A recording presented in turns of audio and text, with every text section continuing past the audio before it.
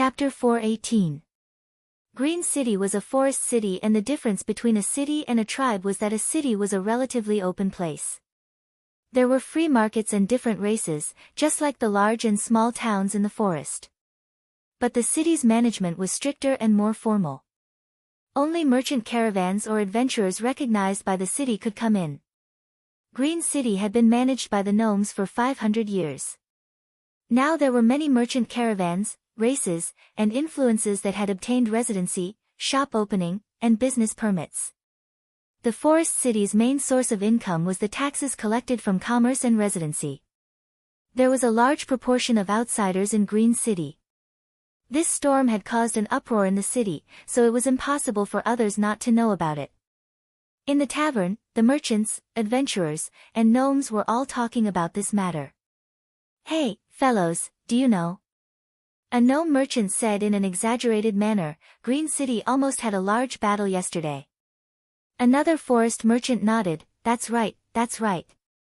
Green City is too damn unsafe. Can we still properly do business here in the future?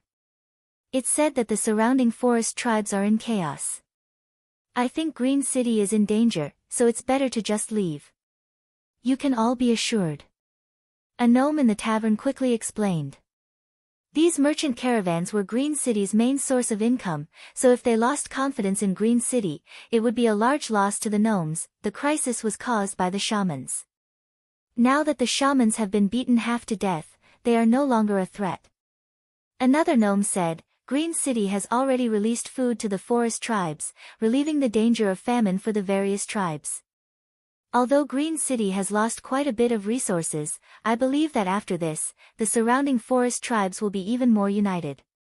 Even if there are enemies in the future, we will be able to unite against them."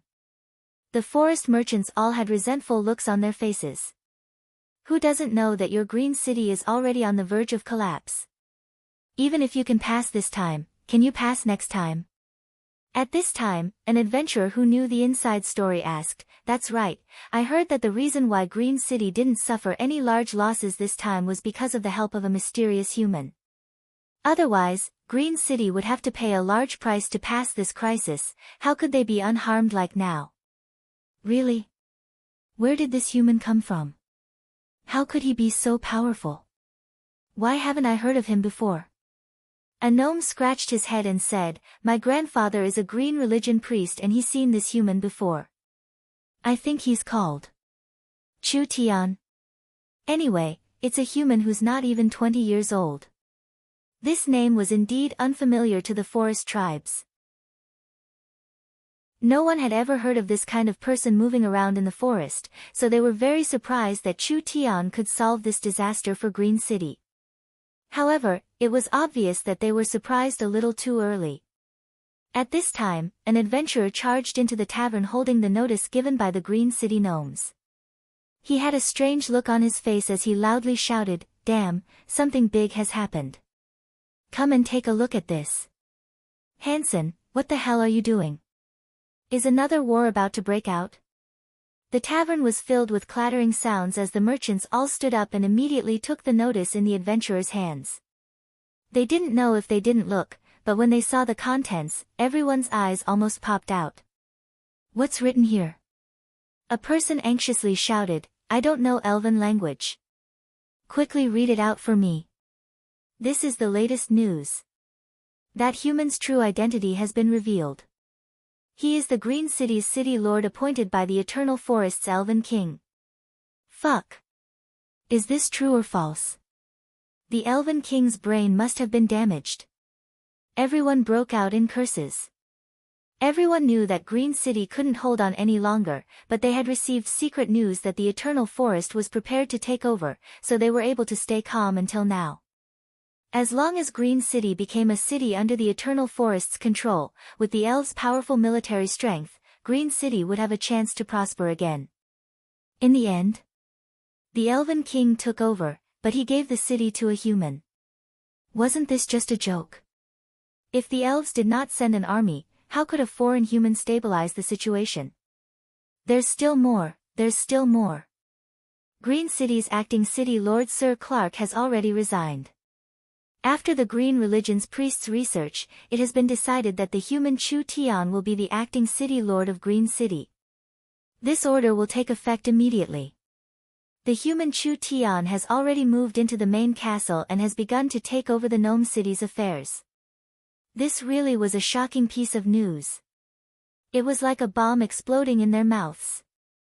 It made people unable to close their mouths. Was this a joke? It was fine if the Eternal Forest was messing around, but now the gnomes were also messing around? There's some news that this human was the leader of a small power on the edge of the Forest of Chaos. It said that he was a merchant from a small company, but he came to Green City alone to be the city lord. Fuck, a brat still wet behind the ears. What qualifications does he have to be Green City's city lord? Fuck, the gnomes can't do it, why don't you let father do it? Is Green City finished? This time it wasn't just merchants and adventurers, it also caused a large stir among the gnomes. How could Sir Clark let a human take over as the city lord? This was just too unreasonable. Around half an hour ago, Chu Tian had just been appointed. Although there was a problem with the plan and he couldn't control the forest tribes, it didn't matter too much. The gnomes and shamans had a deep grudge. The Green Country shamans led by Luz could not obtain the gnomes' trust and they could be retaliated against by the Savage Highlands. The most correct method was to support Chu Tian as the city lord. This would ensure that the shamans would be protected by Green City and still have room to grow. The Minotaur Arnold also supported Chu Tian, and there was also the demonic god religion that Dolores belonged to. Although Chu Tian didn't have many cards he could use, with this great merit, Clark still gave him the acting city lord position. Chu Tian brought Dolores to the city lord's castle. On the road, Dolores had a depressed expression. Hey, I've successfully taken the first step. Since I've obtained the acting city lord position, I'm not far from becoming the city lord. You've also been promoted to the city lord's assistant, shouldn't we celebrate? Chu Tian shook the beautiful city lord robe that the gnomes had just made for him, for example, a passionate kiss.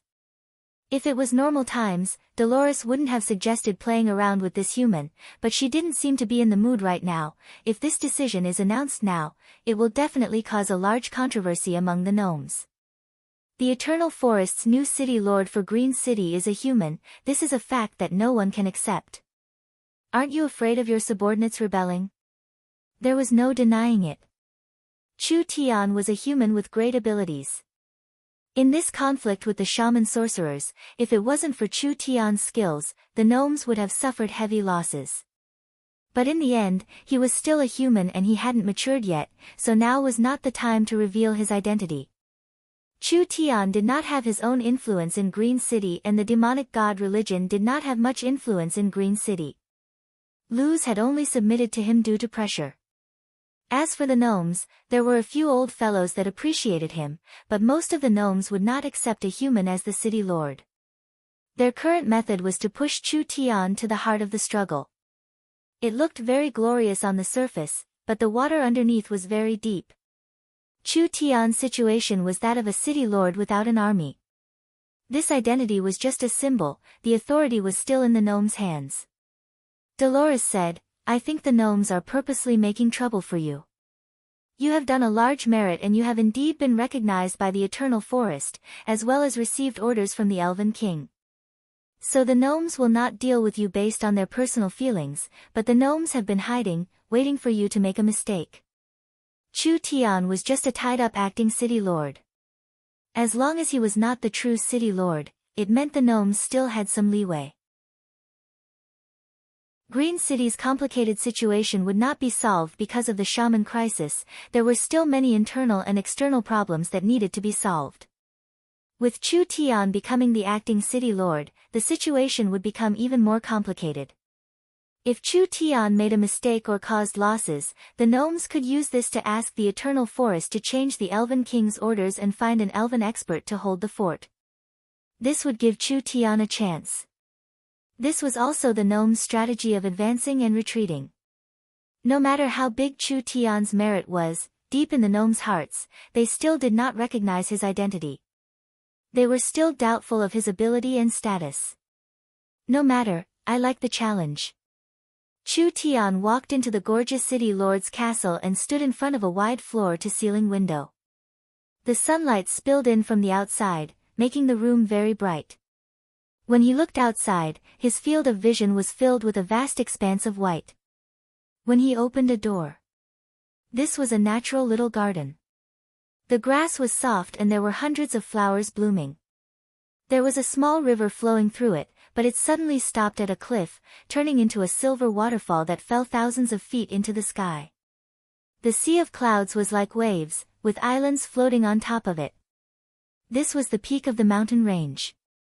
The city lord's castle Chu Tian was in the middle of the mountain range.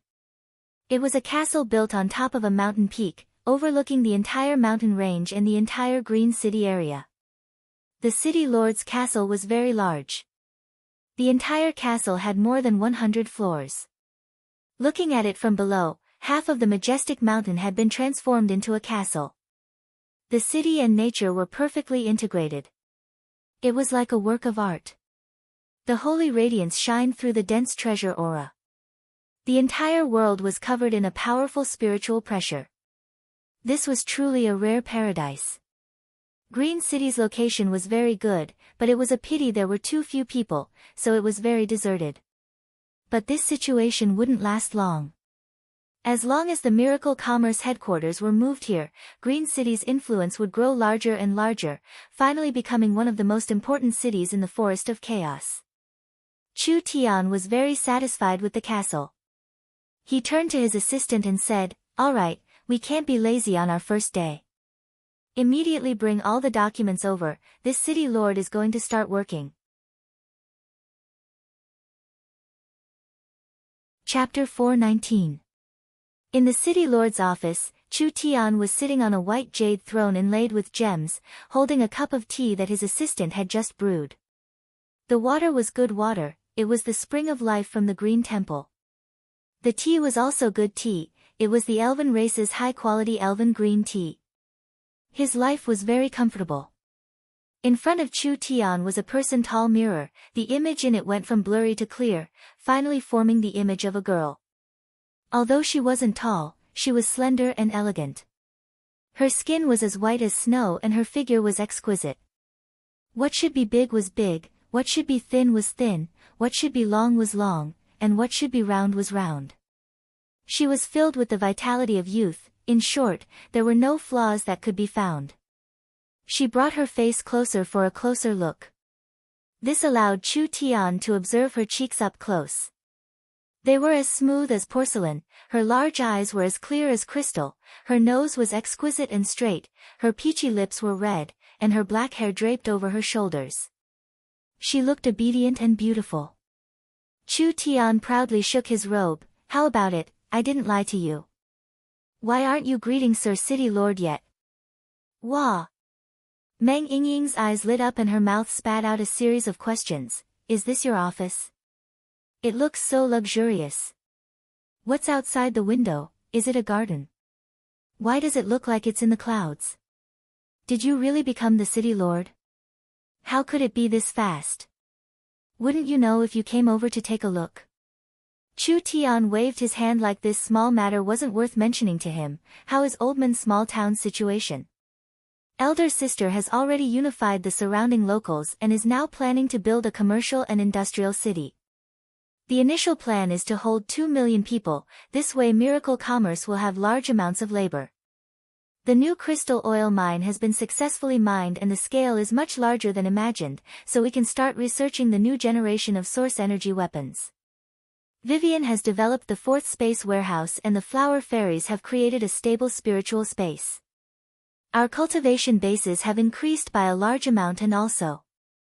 Not bad. No one was lazy. Since everything is developing smoothly, then come over as soon as possible. I'm lacking manpower by my side and need the help of you and the young miss. All right. Meng Yingying was delighted. She had wanted to go there for a long time. "Yingying, are you communicating with Chu Tian? Why do I hear his voice?" At this time, a very magnetic and pleasant female voice sounded from the side. Then, a tall beauty with an extremely hot figure appeared in the mirror. Who else could it be other than the eldest miss? Chu Tian immediately greeted Missy. When Meng Qinggu saw Chu Tian sit on the city lord's throne, she was naturally very surprised. She never thought that Chu Tian would progress so quickly. Chu Tian didn't have anything to hide from the young miss, so he told her what had happened and the current situation. Like this, your position is not stable. We need a large amount of money to develop Green City. It's a good thing that Miracle Commerce's revenue has been increasing over the past few months, so we already have quite a bit of money in reserve. Meng Qinggu said without any hesitation, if we don't count the value of other resources, Miracle Commerce has a total of 25,000 source stones. Now that the company's business is very large, we need to keep 5,000 low-grade source stones.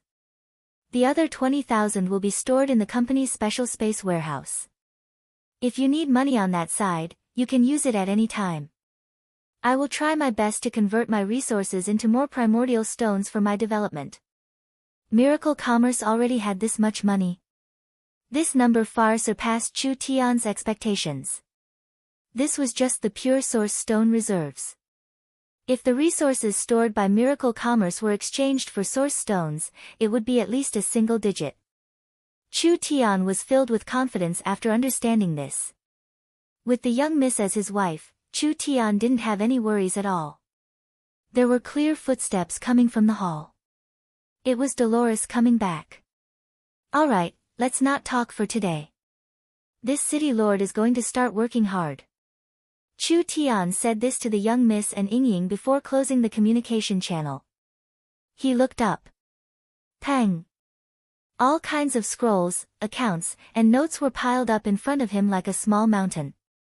There were several hundred of them and this completely stunned Chu Tian. What kind of mess was this? My dear Sir City Lord, what are you stunned for? The beautiful City Lord's assistant Dolores revealed a mischievous smile. This is only a small part. The 3 rooms next door are all filled with information the City Lord needs to look over. Is there a mistake? How could there be this much? Think about it. The tax bills of the various regions, the caravan's registration information, the city's personnel, the development of the city, the surrounding forest's dynamics, the forest's influence, the research, the people's livelihood, the city's construction draft, the water project, the farming, the public security. All of this information is here. Do you think the city lord gives orders? All right. We'll wait for the young miss to see all of this. Chu Tian wiped his sweat. He never thought being the city lord would be this troublesome. It was like a bucket of cold water had been poured over him. What do I need to know now? How could there be a city lord like you? Dolores secretly criticized him, but she still replied, Green City's situation is not optimistic. The gnome's financial deficit is already very high and I've just looked at the most recent year's expenditure. It has actually reached 165% of the income. The gnomes are already on the verge of bankruptcy and their tax revenue has not even reached 50% in the last 10 years. The trend of decline is very serious. Do you know what this means? What does this mean? The Eternal Forest and Green City have an agreement. After the gnomes give the city to the Eternal Forest, the wealth and resources the gnomes have accumulated over the years will belong to the gnomes and the Eternal Forest will continue to support the gnomes' expenditure. In other words, from the moment you became the city lord, you automatically took over the gnomes' losses and debts. With a simple calculation of the current income gap, you will need to pay around 26,500 low-grade source stones every month. The Fox clan was very sensitive to money. This point was fully reflected by Dolores. She was able to clearly understand the financial situation in this short period of time. Pooh! Chu Tian almost spat out the tea in his mouth onto her. You have to pay several tens of thousands of source stones every month. This kind of leaking pot, how could the Eternal Forest accept it? You're joking. This depends on whose hands it is in. Although the elves are not rich, they can still bear this bit of loss. Moreover, if Green City has a strong elven power, it will quickly recover and the losses will turn into profits. There is no need to do anything at all, so for the elves, this is a business that will not lose anything. Dolores said this and looked at Chu Tian. As for it being in your hands, don't blame me for attacking you. Once you announce the matter of you becoming the city lord, half of Green City's caravans will run away and the other half will already be on their way. This month's tax revenue will be greatly reduced and the financial revenue will be paralyzed. I think you should be praying for your own good fortune, making up for several tens of thousands of source stones every month. This was not a small number to anyone, right? Chu Tian's miracle commerce indeed had money, but it had only been established for a short period of time, so it could not compare to the large forest clans. Now that he had to take over this plate, it was a bit hard to bear. Where are these source stones being spent? Can it be reduced a bit? Dolores quickly looked over the financial details. These are mainly the purchase of materials, the use of Green City's military defenses, the consumption of the farms, and the gnomes' welfare. These are around half of it. Then what about the other half? Of course it's research and development. Dolores rolled her eyes. It's not like you don't know that the gnomes have the strongest thirst for knowledge and exploration. The gnomes' research level is one of the highest in the entire Forest of Chaos, so the materials and resources needed for research and experiments are a large number. If Chu Tian took over Green City, of course there were ways to reduce the consumption of normal materials and the military budget, but these were all small parts, not even a quarter of the total. The main expenditure was the gnomes' welfare and the gnomes' research. This was the basic condition for the gnomes to join the Eternal Forest. The Elven King had also promised to protect them. Since he had been appointed as Green City's permanent city lord, Chu Tian and Miracle Commerce naturally had the responsibility to shoulder this responsibility. Chu Tian never would have thought that after becoming the acting city lord with great difficulty, he would not obtain any benefits at all. Instead, he would have to support several 100,000 gnomes. This large pressure was enough to give him a headache. Clark is trying to make me back off. But, these gnomes are looking down on me too much. Chu Tian thought about it and said, go and issue my first order. When this city lord is in office, the entire city will be exempted from all transaction taxes and business taxes. You're crazy. Dolores' eyes popped out. This is no different from cutting off an arm. The financial deficit is already serious enough. Do you think the hole isn't big enough? It's like you just said, half of the merchants are preparing to run and the other half are already on the way. What use is there in me stubbornly holding on to these taxes? Keep them here first and there will be ways to make money from them in the future. As for the financial hole, reduce it as much as possible and I'll make up for the rest. Chu Tian said with a face of disdain, isn't it just 10,000 source stones? It's not like I can't afford it. You. Dolores knew that Chu Tian's background was not simple, but seeing Chu Tian's heroic spirit, not even placing a large sum in his eyes, she couldn't help looking at Chu Tian a bit higher. All right, it's fine as long as you think there's no problem. Chu Tian didn't care what kind of stir he caused in Green City or the Forest of Chaos, he just issued his first order. I'm very interested in the gnomes' research lab. Come, let's go take a look. Chu Tian's second order of business was to understand the gnomes' situation. After all, the gnomes were a rare high-level intellectual race in the forest, which was very compatible with Miracle Commerce. Green City had been built for an entire 500 years. The gnomes' research lab had been built for an entire 500 years. This was not something Southern Xia's environment could compare to. Chu Tian wanted to personally see what was different about it.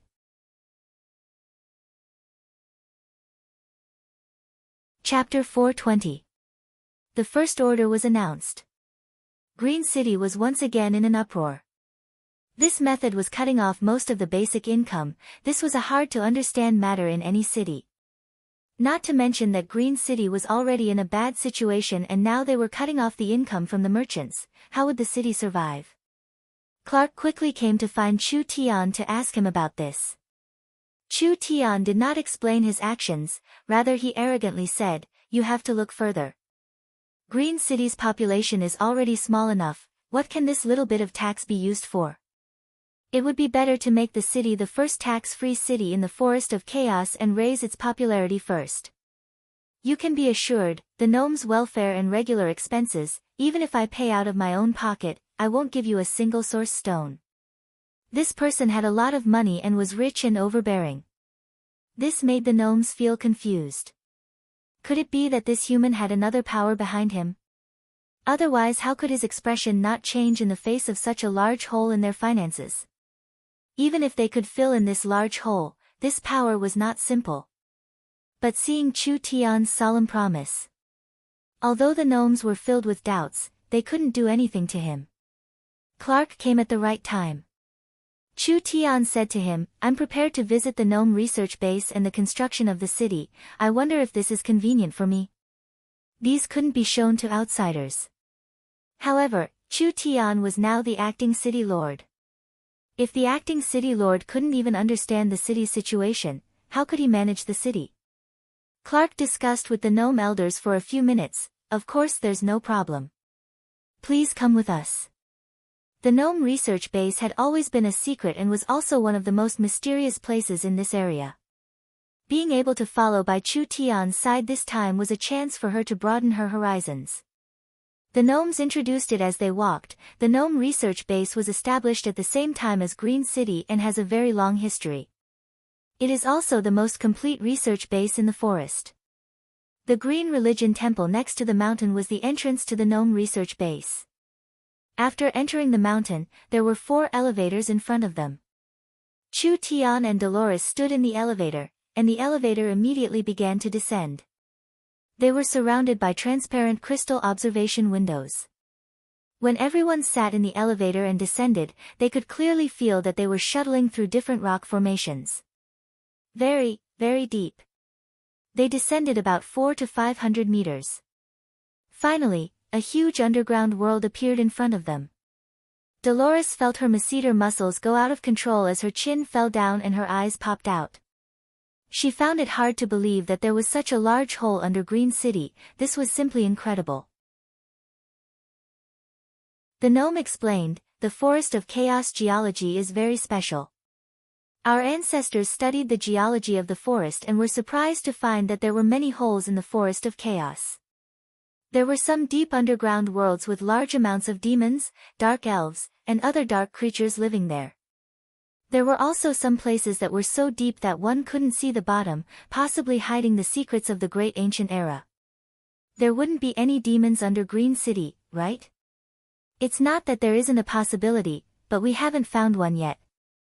The elevator was about to reach its destination. When Chu Tian looked down from above, he could see gnome warehouses next to each other. On the straight tracks, there were actually trains parked there. Each train had a streamlined front and there were several to 30 rectangular containers in the center. It was an underground train station. In front of them, there was a large number of palaces that appeared in front of them. The size of the underground palace could hold several 100,000 people living inside. The entire underground palace was made of metal and was filled with a modern style. There were many metal pipes here. The large ones were several meters thick and needed several people to wrap their arms around them. The small ones were only a few centimeters thick and were not much thicker than a finger. It was very complicated and very dense. The entire research base was connected by these large and small pipes. There was more than one underground palace like this. If one looked from afar, they would see several underground palaces flashing with lights. Between these palaces was a dark abyss that couldn't be seen, and the underground palaces were like lighthouses in a dark world. They were all connected by floating tunnels or cable cars. Although the underground world was deep, it was not as dark or as silent as one would imagine. Other than the lighthouses in the underground palaces, the walls in all directions were covered in glowing crystals and strange glowing plants. Dolores even saw a glowing mushroom. Its cap was at least 30 meters in diameter, and it was like a huge light bulb that illuminated a large area around it. Gurgling water flowed out of the cracks in the rocks, turning into a clear waterfall that fell into a bottomless abyss. There were some strange lizards and bats that were currently moving around on the walls. In this space that never saw the light of day, there was actually a strange ecosystem that made people sigh in amazement at the wonders of the Creator. This underground space is unfathomably deep and we still haven't found out how deep it is. However, the underground world is very rich in minerals and the deeper one goes, the richer the resources. Of course, the deeper one goes, the higher the chance of being attacked by dangerous creatures. Chu Tian fell into deep thought as he looked into the bottomless abyss. Regarding the underground world of the Forest of Chaos, of course he had some understanding. This was a very complex place, especially in this era. It was unknown how many dangers were hidden here and how many treasures were hidden here. If he had a chance in the future, he would have to properly explore it. Of course, it was not the right time yet and he did not have the strength to do so. Clark said in a proud voice, the gnomes used an entire 200 years to create a complete transportation network. The gnomes' transportation system was made up of trains and cable cars. When they came out of the elevator, a station appeared in front of them. The train was made up of several carriages that were tight and stable. This was the gnomes' underground train. The gnomes have 7 underground research bases and have found over 100 precious resources. Clark said in a proud voice, these underground railways are like blood vessels, connecting the gnomes' research bases, mines, farms, and production areas, forming an efficient production network. This truly is a complex and difficult project, normal people might not be able to complete it. Dolores said to Clark, how do these trains move? Come with me to the power room and you'll understand. Clark opened the power room of a train and there was a honeycomb-type power room inside. Each power room was filled with red powder and there was a source energy array engraved on the surface of the power room. There were also large amounts of source stones embedded to activate the source energy array. The power source of the train is a stable fire-attributed crystal powder. This powder can release a strong flame and energy which is finally absorbed by the source energy array, forming a complete power system that can easily push a several hundred-ton train forward, reaching a maximum speed of 300 km per hour. This made Chu Tian a bit shocked. Although the gnome's technology did not enter his eyes. At least in this era, it could be considered quite advanced. The cost of the flame crystal stones was not high. Using the energy of the crystal stones to move the train forward would greatly reduce the cost of the train, but the source energy array would consume spirit energy. This source stone consumption would not be a small number. Clark explained, the entire transportation network will consume at least 1,000 low-grade source stones every month. This was too wasteful. There was no need for this consumption at all. Miracle Commerce's source energy battery cost was low and it could maintain the consumption of source energy. Chu Tian only needed to make some simple modifications and he could easily save a large amount of source stones. Now we invite Sir Acting City Lord to visit the gnome's research base. The gnome train rumbled as it slowly moved forward. The first place it went to was the underground palace in front of them. The entire underground palace was covered in train tracks and they could clearly see the entire underground palace as they passed through the countless buildings. This is the fire energy research room. This is the water energy research room. This is the water of life synthesis room. This is... When Chu Tian rode the gnome train through the gnome's research base, he could be considered to have experienced just how grand the gnome's research base was. The gnomes loved to explore by nature. It was no wonder they could easily give Green City away. This was because for the gnomes, as long as they had this underground research base and the corresponding funds, it was more than enough. Why is this place this big? Dolores looked at the large round space in front of her and asked, what's inside? This is the Underground Creature Research Lab. Underground Creature? Clark opened the door to the research lab. Huge prison cells lined up in front of him. Inside each cell was a strange-looking creature. Dolores stared at the thing in the first prison cell. That fellow looked a bit strange. Its body was extremely evil and slender, only supported by a few tentacles. However, its head was as big as a bucket, and a dazzling light was condensing in its large eyeball. Suddenly, with a ping sound, Dolores was shocked. This creature's eye shot out a beam of light. If it wasn't for the gnome prison's barrier protecting them, Dolores would not have been able to dodge this beam of light that could melt steel. Dolores asked, "What kind of monster is this?" "You're too ignorant." Chu Tian did not wait for the gnomes to explain before saying, "This thing is called an evil eye, a very common underground creature. Its main ability is to use its eyes to shoot beams of light." Clark and the gnomes revealed looks of admiration to Chu Tian once again. This kind of creature is rarely seen on the surface. The acting city lord is truly knowledgeable. "Che, what's wrong with that?" Chu Tian curled his lips in disdain and immediately looked at the other creatures. He couldn't help admiring the gnomes, they could actually raise all these dark creatures here. It was simply like a museum. He finally understood why the gnomes spent so much money on their research lab. The scale, equipment, and level of these research labs were all at the top of the world. Spending several tens of thousands of low-grade source stones every month was already very frugal. Clark asked, "The gnomes do not have any hobbies other than searching for the truth." Although most of the gnomes' research cannot be turned into profit, this is the joy of the gnomes. "So, if you really want to become the city lord, then this research lab." "You're thinking too much. You have to understand, I am also a scholar." Chu Tian patted the gnome's shoulder, "This research lab is Green City's true wealth. Compared to it, those castles on the surface are not even worth mentioning. Not only will I not close this research lab, I will also increase the resources, talents, and technology investment by 10 to 100 times, making this research lab even more glorious." Dolores on the side opened her mouth, but did not say anything. Clark and the gnomes revealed looks of gratitude and admiration.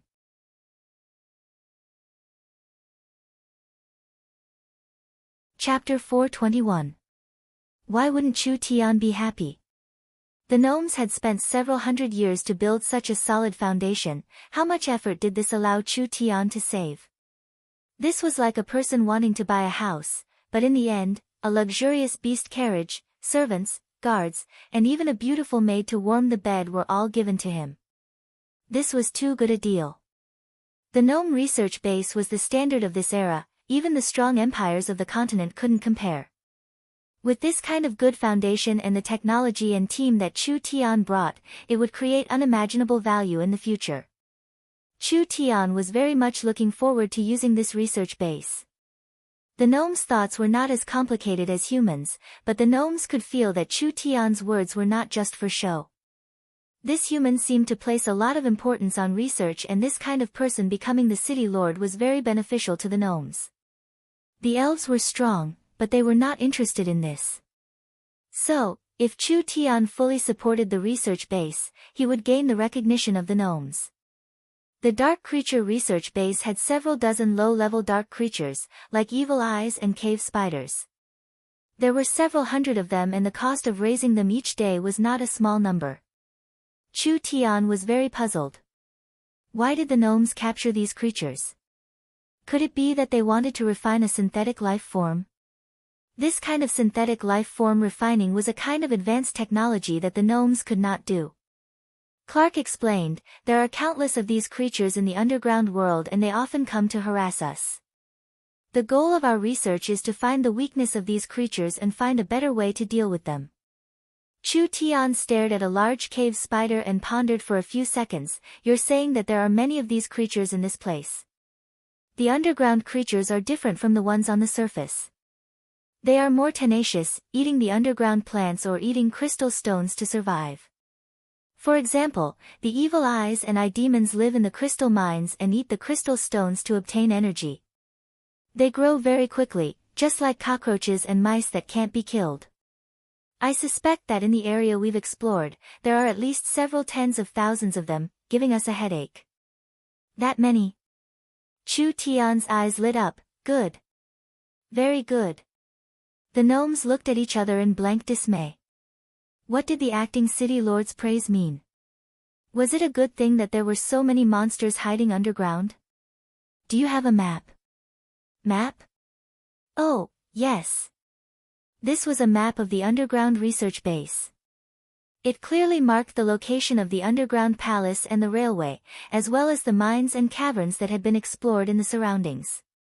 As for the areas where dark creatures often appeared, there were gnomes guarding them. This was to prevent strange creatures from destroying the research and also to prevent them from threatening Green City. The underground world was too complicated. It was like a huge maze. According to Chu Tian's understanding of the world, the light energy was distributed in the sky and the dark energy was buried underground. The deeper one went underground, the stronger the negative energy.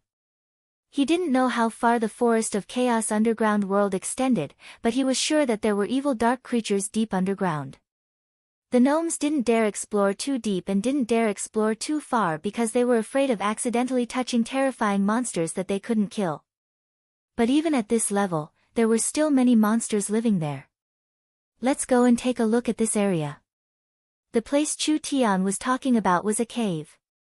Because the cave looked like the large mouth of a demon and even the rocks inside were a terrifying dark red color, it was called the demon's mouth. It said that most of the underground monsters the gnomes met came out of the demon's mouth, therefore the gnomes thought that the demon's mouth was an even deeper and more terrifying underground space. In order to not disturb existences that shouldn't be disturbed, the demon's mouth was not allowed to be casually explored. Elder. Several gnome troops stationed here saw the train stop at the demon's mouth station and they immediately ran over to ask about it out of curiosity. Sir, Acting City Lord. Clark looked at Chu Tian and asked, "Are you sure you want to go in? Even the gnomes don't dare explore this place and even we don't dare go too deep. If you take the risk on a whim, I'm afraid." "It's fine, I'm not a fool. If something is wrong, I'll come back." "All right then." Chu Tian pulled out his sword and left. Dolores followed without any hesitation. Clark saw that he couldn't persuade Chu Tian, so he had the gnome troops prepare themselves before leading the old priests to chase after him. At this time, Chu Tian had already walked a certain distance. Dolores looked at the surrounding walls and said while walking, "The dark aura here is very thick, making people feel very uncomfortable." The fungi and vines in the demon's mouth were mostly a strange purple or blue color and the rocks were dark red, making it seem dark. The cave was open in all directions, sometimes it was wide, sometimes it was narrow, sometimes it was as steep as a mountain, and sometimes it was separated by a deep ravine. There were always strange fluctuations and sounds coming from all around, making this place feel an ominous aura. Chu Tian felt the fluctuations in the air. "There's a monster coming." He didn't even finish his sentence. There were sharp sounds coming from all directions as giant figures quickly charged out. They were very fast and even in this complicated terrain, they could still move at high speeds. Other than Chu Tian, they were all in the true spirit realm. Dolores was prepared to make a move, but she didn't even have time to use the demonic god priest summoning technique. She suddenly felt like she had been hit several times and her head instantly turned dizzy. She couldn't even stand straight and fell onto Chu Tian's body beside her. Chu Tian quickly supported Dolores. A fierce figure charged out and several sharp claws swept out like lightning, trying to tear Chu Tian and Dolores to pieces. "Fuck, seeking death." Chu Tian's blade was covered in blue flames and a beautiful sword cheese slashed out. That monster gave a pitiful cry and flapped its wings to fly away. However, although it wasn't cut in half by the sword chi, it was covered in the terrifying netherworld flame. It didn't have time to retreat before its body was surrounded by blue and white flames and it let out a shrill cry before turning into ashes. The gnome priests were all very shocked. Chu Tian had just casually slashed out, but it was enough to show his strength. This was definitely not an attack an awakened soul cultivator could send out, perhaps even a true spirit realm expert wouldn't be able to easily block it. This human young brat really wasn't simple. "Be careful." Clark recovered from the dizziness and quickly shouted, "These are bat demons, they can use spiritual attacks and are very hard to deal with." Chu Tian had indeed been hit by a few weak spiritual attacks, but this spiritual attack couldn't affect him at all. When he had just exchanged blows, he had seen what the attackers looked like. It was a monster with an ape-like human body, but it had bat-like wings. Each one was very big, weighing at least 200 kilograms. Spiritual attacks could affect true spirit realm experts. Then this was truly an incredible monster. Chu Tian noticed that the bat demon's spiritual attack was a large area indiscriminate attack released by ultrasonic waves. He couldn't help thinking that if there was this kind of monster on the battlefield, it would sweep through a large area. This was not exaggerated at all. Even a true spirit realm expert like Dolores was hit without any preparation and instantly lost her battle strength. Wouldn't a normal awakened soul cultivator bleed from their 7 orifices and die?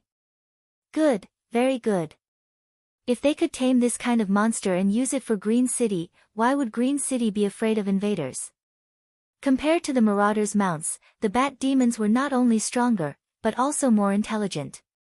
They had the intelligence of a 6- or 7-year-old human child. If they could be tamed, they would be able to understand some commands. Chu Tian came here with this goal in mind. Not to mention Chu Tian having several beast-taming methods, with the little fox and the demonic god religion's priests, these headache-inducing monsters could be easily tamed. This was not trouble. This was a large amount of wealth. The green religion priests used a secret technique to resist the spiritual attack. Clark forcefully raised his staff and a vine reached out, instantly grabbing onto a fast-flying bat demon. This bat demon let out a pitiful cry as its vitality and water were sucked away, finally turning into a dried corpse that was hung above the cave. They didn't have time to kill more bat demons. The left wall suddenly shattered and several beams of light as thick as an arm shot out at them. A green religion priest quickly released a talisman to condense a shield of light. When the powerful beams of light landed on the shield of light, it shattered it to pieces, barely blocking this attack. Dolores had just recovered. What happened now? Dolores discovered that in all directions of the dark cave, there were many light bulb-like lights appearing at the same time. These lights went from weak to strong, and in the end, they became very dazzling, so much so that she could barely open her eyes. Evil eyes, damn, there are so many evil eyes. The evil eyes had excellent dark vision and their range of vision was even greater than an eagle's. Their eyes could break through illusions and camouflage, as well as release a kind of radiation that could clearly see a person through a wall. The evil eyes could not make any sounds, so they used their minds to communicate. Although their intelligence was not high, they had a tacit understanding. This many evil eyes attacking together. This power was more than enough to kill 1-2 true spirit realm experts. Clark raised the long staff in his hand high up, and a layer of emerald green light barrier slanted down to the side. The beams of light shot by the evil eyes were all absorbed by the barrier, and only ripples appeared on the surface of the barrier. Great Forest Goddess, please unleash your great power. Clark released a dazzling green light. In the next second, Clark's entire body exploded. His body disappeared and turned into a large field of green leaves. These green leaves were like countless butterflies, fluttering and spreading in all directions like an all-pervasive tide. In an instant, the field of vision was drowned. These leaves looked weak, but they were actually endowed with the power of divine weapons. They could easily slice through the bat demons, and those weak evil eyes couldn't even withstand a single blow. When the leaves floated past them, their bodies would immediately break into pieces. Dolores said in a shocked voice, "This Clark's strength is not weaker than the shaman's Mars." The leaves all turned back into Clark's short figure. However, there was not a single complete monster in the surroundings. They had all been cut into pieces and some had even turned into minced meat. Chu Tian wanted to say a few words of praise, but he felt a strange energy fluctuation. One of the evil eyes that had been cut in half was slowly coming back together, finally standing up again. That big head shook left and right, as if it didn't understand what had just happened. Then it saw its companions wriggling all over the ground, and its eyes began to release a light blue glow. Shwa! The star-like light fell on one of its dying companions, and the unthinkable happened. The evil eye, whose body had been broken into several pieces, suddenly recovered and stood up with its tentacles. Clark knit his brows. He picked up a leaf and was about to shatter the strange evil eye. Slow down, this is a bit interesting. Chu Tian stopped Clark from killing the evil eye. The evil eye's energy depends on its food. If an evil eye eats fire attribute crystals for a few days, its attack beam will become fire attribute. If it eats thunder attribute crystals recently, then its attack beam will become thunder attribute. This evil eye's energy is very special, which means that the place it lives in most likely has special mineral deposits. We might as well let it go for now and find that place. It might be useful to us. Chu Tian had actually already recognized it. The evil eye could release light beams similar to star energy, and the star energy had healing abilities. Therefore, it could heal its injured companions. This evil eye had most likely eaten some special ore, and this kind of ore might be useful to Chu Tian. Chu Tian decided to try his luck and perhaps reap some unexpected rewards.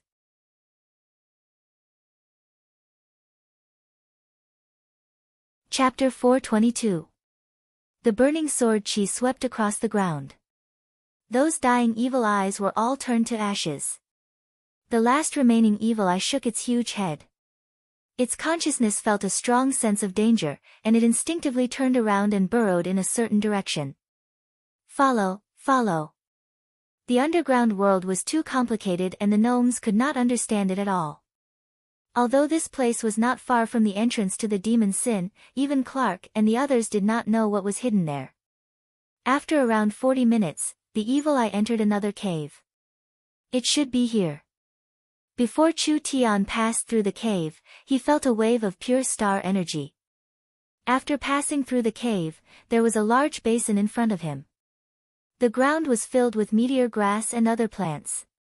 They were all at least level 3 meteor grass.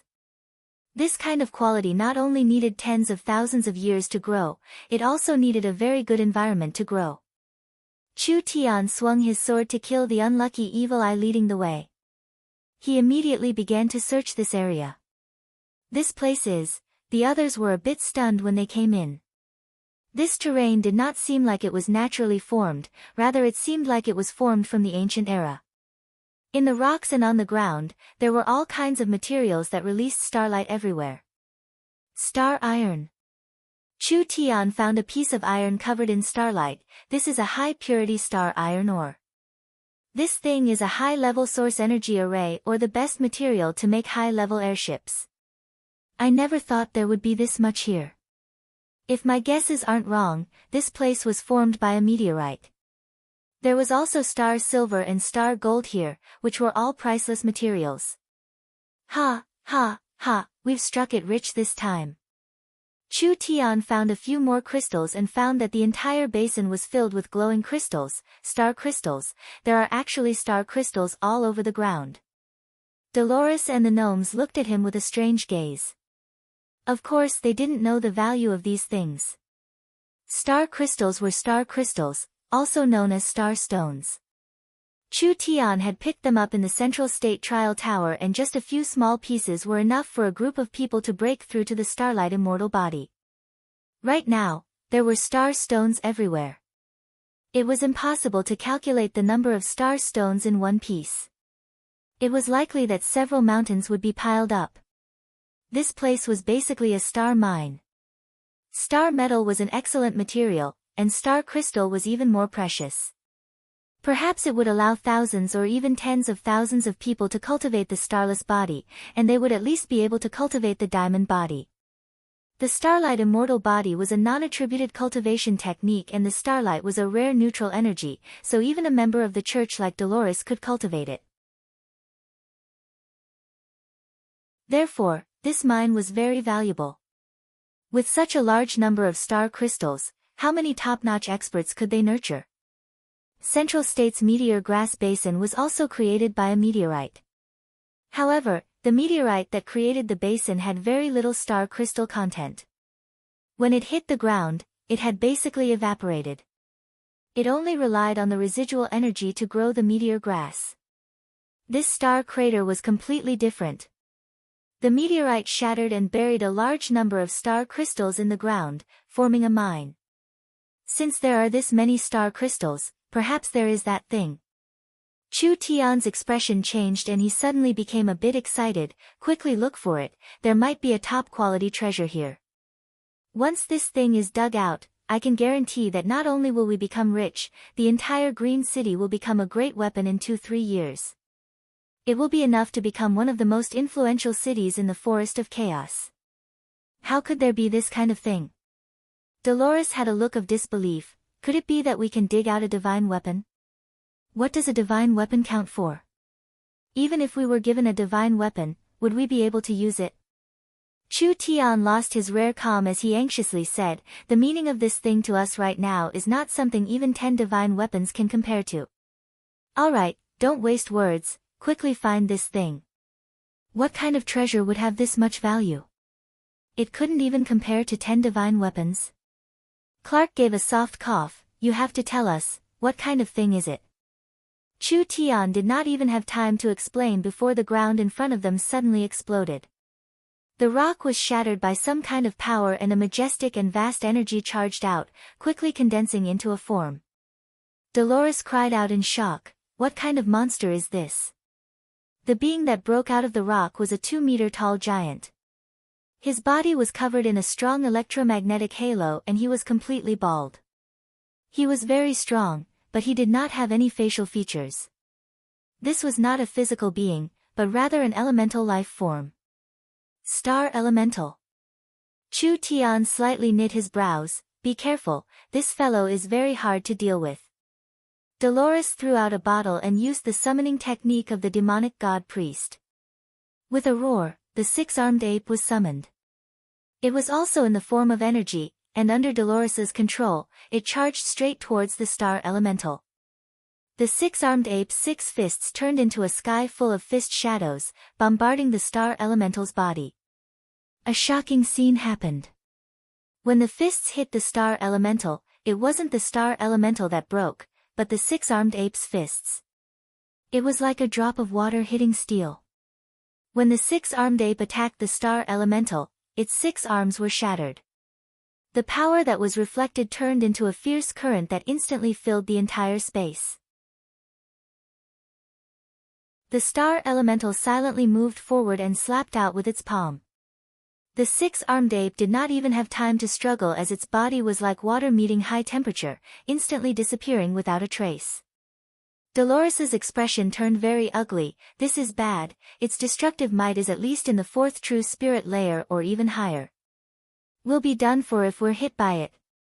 Clark led the Green Religion priests to attack at the same time. Countless vines wrapped around the Star Elemental like a dumpling, but this kind of attack was still useless. The Star Elemental just shook its body, and the vines that could even wrap around a mammoth were all turned into fragments that scattered in all directions. Clark already knew this was bad.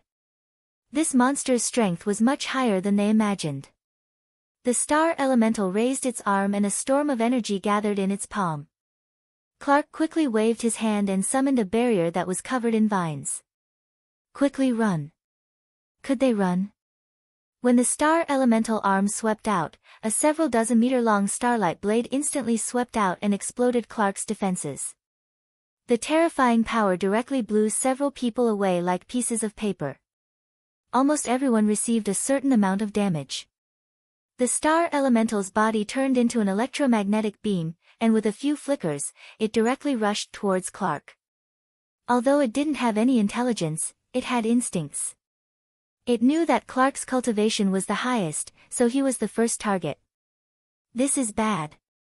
Clark's cultivation was not low, but he didn't have the strength to deal with this kind of fellow. The Star Elemental used its powerful energy to form a barrier around its body and even a full-strength attack couldn't break it. The Star Elemental also had a terrifying destructive might. It was not something these people could block. Hong! The Star Elemental sent out a palm. Clark raised the wooden staff with both hands to block and the terrifying energy formed a shockwave that instantly spread in all directions. The surrounding space shattered like there was an earthquake and giant rocks kept falling down. Ka! Ka! Clark could clearly feel the staff in his hand cracking. He almost couldn't block it anymore, but the star elemental's power was still becoming stronger. Great Elder! The green religion priests quickly joined hands and several giant logs drilled out of the ground. Each log was covered in inscriptions and they quickly wrapped around the star elemental's body. A powerful sealing power suppressed the star elemental.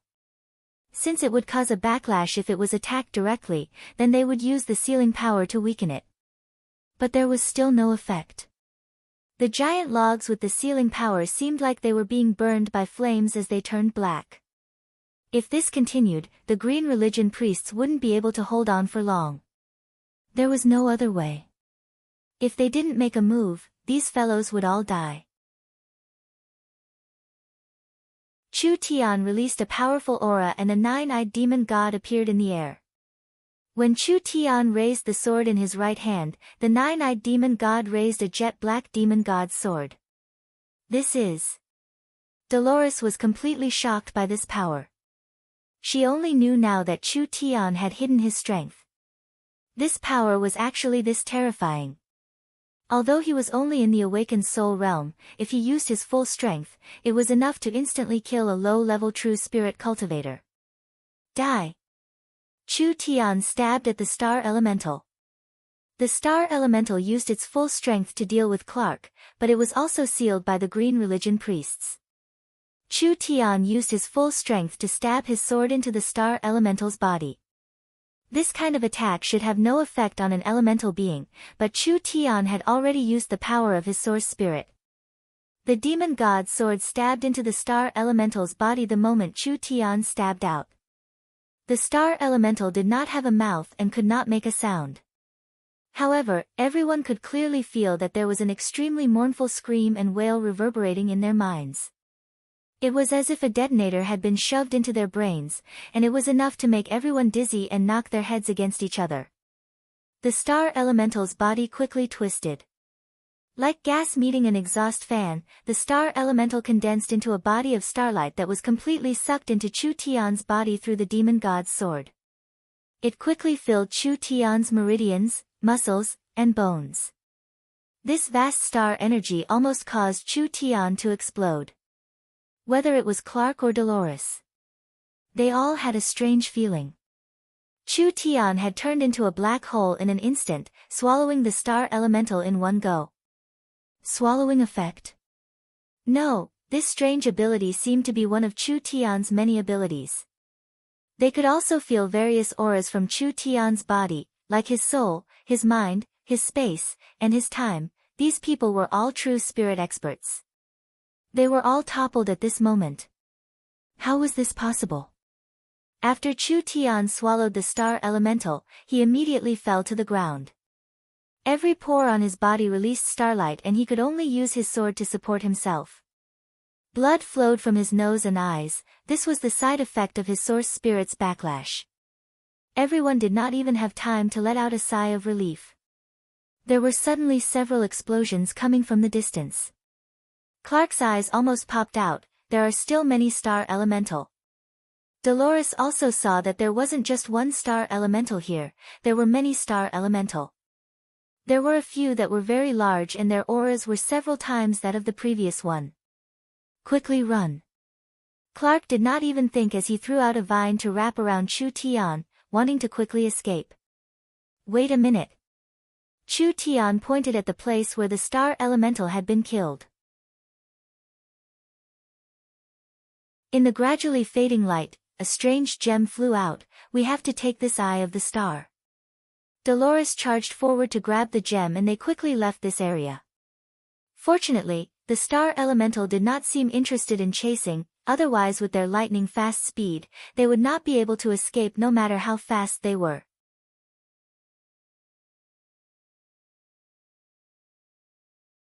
Chapter 423. It could only be said that they were lucky this time. The star elementals did not have any intelligence, they only knew how to instinctively attack creatures that intruded into their territory. But when the intruders left, they did not chase after them, allowing them to leave the underground world alive. Otherwise, with the speed of the star elementals, even if they couldn't kill them all, they could at least kill half of them without a problem. Chu Tian did not have time to explain. His body was filled with a vast amount of star energy, and if he did not quickly refine this energy, perhaps his body would explode at any moment. When he returned to the surface, he quickly went to a secluded valley in Green City. He sat down on a giant rock and began to cultivate. Each pore released the aura of star energy and his body was covered in starlight energy, as if it could break out of his body at any moment. This situation was very dangerous, but it was a very good opportunity. The starlight energy was refined by the star elementals over countless years. The amount of energy he swallowed in an instant was not inferior to absorbing a ton of star crystals. Once this energy was refined, it would allow Chu Tian's starlight immortal body cultivation technique to go up another level. If he hadn't cultivated the starlight immortal body, Chu Tian's body would have been tempered by the power of the stars for a long time, so he would have a high tolerance for the power of the stars. If it wasn't for the fact that the power of the stars was pure energy without any attribute, it would be very gentle. Otherwise, if this energy was poured into his body, even if he didn't explode, he would still be half crippled. It had begun. Chu Tian began to circulate his cultivation technique. The star energy stopped rampaging through his body and began to evenly distribute throughout his body. It slowly seeped into his skin, muscles, and bones, almost completely fusing with his body. He began to refine it again and again. Chu Tian could clearly feel that his body was quickly being strengthened. Under the refinement of the power of the stars, each muscle was filled with endless vitality, becoming 10 times stronger than before. Finally, the elemental energy accumulated in his body was completely turned into the power of the starlight immortal body. Naturally, the effect was immediate. Chu Tian could clearly feel the cultivation technique in his body strengthening rapidly. The starlight condensed on the surface of Chu Tian's body was no longer as transparent as a diamond. Instead, it emitted a burst of light from the inside out. His entire body seemed to have become a man of light, so bright that it was somewhat dazzling. Under the powerful energy pressure, the rock he was sitting on immediately cracked inch by inch, almost being crushed into a pile of powder. Chu Tian understood. He had succeeded. This state was the sacred light body that had achieved great success. The starlight immortal body cultivation technique's 4 stages were the glass body, diamond body, sacred light body, and immortal body. The glass body was at the small success stage, the diamond body was at the proficient stage, the sacred light body was at the large success stage, and the immortal body was at the perfection stage. This meant that the cultivation technique had reached the perfection stage. Compared to the glass body, the diamond body not only greatly increased its defense, but its reflexes were also greatly enhanced. Compared to the diamond body, not only did the sacred light body's defense increase, the sacred light body's greatest effect was regeneration. Even if Chu Tian's internal organs were heavily injured, as long as he had spirit energy to activate the sacred light body, these injuries would quickly be healed. Other than that, the sacred light body also had high resistance against curses, corrosion, and demonization attacks. Chu Tian's defense and battle strength had increased by a large amount. In other words, when the starlight immortal body was cultivated to the large success sacred light body state, it was no longer a pure defensive cultivation technique, rather it was a cultivation technique with strong healing abilities. Even if it was a fatal injury, it could still be healed. However, the biggest pleasant surprise was not the increase in his cultivation technique. With the increase in his cultivation technique, Chu Tian could clearly feel the bottleneck in his cultivation had loosened. This also meant that the opportunity had arrived and he could use it to attack the true spirit realm. How could he miss this good opportunity? Chu Tian quickly condensed his blood essence and began to charge towards a higher realm. Chu Tian had lived an extra life after all and had experienced this process before, so naturally he was familiar with it. He lifted it as if it was light and steadily attacked the bottleneck. After 3 days, there was a heaven-shattering sound that came from the mountain valley. The spiritual energy in the surroundings several miles gathered, and it was like an invisible mouth swallowing all the spiritual energy. Finally everything became calm. Chu Tian slowly opened his eyes, and his eyes shined with a glow that was as sharp as an eagle's. He let out a long sigh, and like a sword or a bolt of lightning, he instantly shattered the giant boulder in front of him. Success. True Spirit Realm. The True Spirit Realm was different from the Awakened Soul Realm. The Awakened Soul Realm was just developing the Source Soul, while the True Spirit Realm was refining the spirit energy in the body into true spirit energy. When one reached the True Spirit Realm, their spirit energy would increase by a large amount with every increase in cultivation. Chu Tian had crossed an entire large realm, but there was no earth-shattering phenomenon. This was completely different from the past. It had to be known that around a year ago, when he broke through to the Awakened Soul Realm in the Een Corpse Valley, it caused the entire world to tremble. Every time his cultivation increased several times, there would be shocking phenomena. This was a large realm leap, but it was no different from a normal cultivator. Why was this? This was the benefit of reaching the True Spirit Realm. Chu Tian was completely different from before. He had the ability to control his strength now. He could restrain his aura and prevent it from leaking out, so naturally he could suppress the phenomenon. The Awakened Soul Realm was divided into the Void Soul, Illustrious Soul, and True Soul Realm. The True Spirit Realm was also divided into the early, middle, and late stages. The first to third layer was the Earth Spirit Realm, the fourth to sixth layer was the Heaven Spirit Realm, and the seventh to ninth layer was the Spirit Transformation Realm. Chu Tian was an Earth Spirit cultivator in the first True Spirit layer, but with the Perfection Realm Netherworld Flame Sword and the large Success Realm Starlight Immortal Body, his strength was not something normal cultivators of the same level could imagine. But if they thought he only had these cards in his hand, they were completely wrong. The True Spirit Realm could be considered a dividing line. After Chu Tian reached the True Spirit Realm, he could now use the abilities that he found hard to use. For example, spatial energy.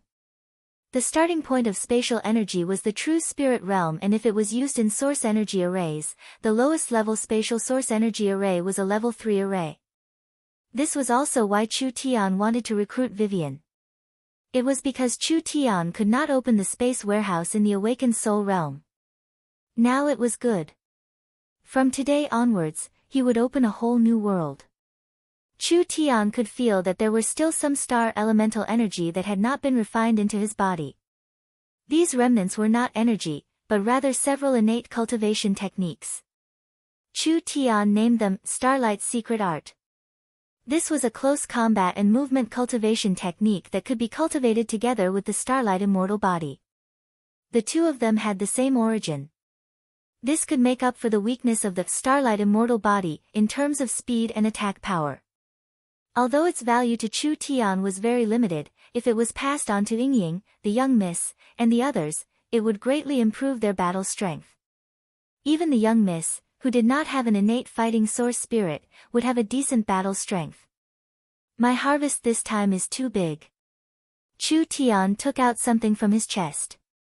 This was a stone similar to a star crystal, but it was different from a normal star crystal. This star crystal had a picture of an eye on it, releasing an ancient and mysterious aura. Eye of the Star. A very precious material. The core of a large starlight meteorite. The core of the star elemental was this Eye of the Star. Chu Tian could even use this Eye of the Star in his hand to create another star elemental. If Chu Tian swallowed this Eye of the Star now, his Starlight Immortal Body could reach the Perfection Realm. This sounded very tempting, but Chu Tian would not do this. Chu Tian understood that this precious material had an even more important use, which was to mark spatial coordinates. It could be used as the core of a space gate. This Eye of the Star was not big, it couldn't be used to create a large space gate, but it was enough to create a space transport array. The space transport array and the space warehouse were two different things. The space warehouse was just a locked space, using the space as a foundation to transport materials. A space could not contain life forms. The space transport array was different. This was an array that could transport life forms. In other words, if Chu Tian created a transport array in Green City, then he could create a transport array anywhere on the continent. Using the eye of the star to mark spatial coordinates, both sides could teleport. This was the value of the eye of the star. In this underground space, there seemed to be more than one eye of the star. If he could obtain a large amount of eyes of the star, Chu Tian could create transport arrays all over the continent. In the future, it would be very convenient to transport people, and this would have an immeasurable effect on Green City's development. Chu Tian took back the eye of the star. The eye of the star was the core of the transport array, but just the eye of the star was not enough. He still needed to find some precious spatial crystals. These spatial crystals were not as precious as the eye of the star, but as a rare spatial attributed material, it was not easy to collect them. However, the gnomes should have some in storage, so Chu Tian could borrow some to use. When Chu Tian walked out of the valley, Dolores immediately came forward to greet him. "You came out this quickly?" Chu Tian shrugged his shoulders. "Of course, who do you think I am?" Where did Clark and the others go?" The plague has suddenly broken out these past few days, infecting many gnomes in Green City. The gnomes have all gone to investigate. Plague? You still don't know? Actually, there has been a plague in the forest, but most of the time it was in the southern forest. It has recently been spread to Green City. Come, let's go take a look. There was something wrong with Green City. The entire city was covered in an indescribably strange atmosphere. Before Chu Tian came to Green City, the plague had already broken out in the southern forest. There were several local armies that had been completely wiped out, and large areas of the forest had been contaminated by the plague. The situation was quite serious, but it was only in the forest. He didn't know what was going on, but the plague had broken out in Green City and infected 30–40,000 people in just a few days. The situation could be said to be very dangerous. This really was seeing a living ghost. Chu Tian had used the tax exemption policy to keep the merchants, but now he had to run away on a large scale. Dolores said, "Sir Clark suspects it was done by the undead religion, so I think he has already brought people to the undead religion to demand an explanation. However, Clark does not have any evidence, and even if he did, he would not be able to do anything to these necromancers."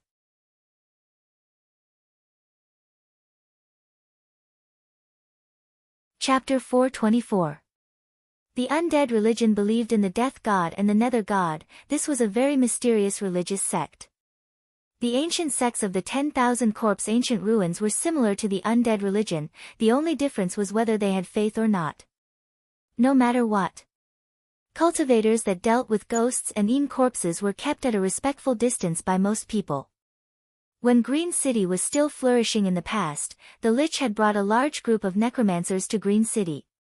They controlled tens of thousands of eaten corpses, simply never getting tired of doing hard labor. They had contributed greatly to the gnomes building a city in the mountain range. It was because of this that the gnomes allowed the undead religion to build a temple to increase their followers. Who would have thought that after these years, the undead religion would become stronger and stronger, even faintly threatening the gnomes?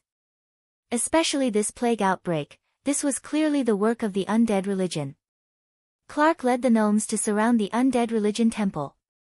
The necropolis was a grey castle with a pointed arch. Many gargoyles were squatting around the castle like statues.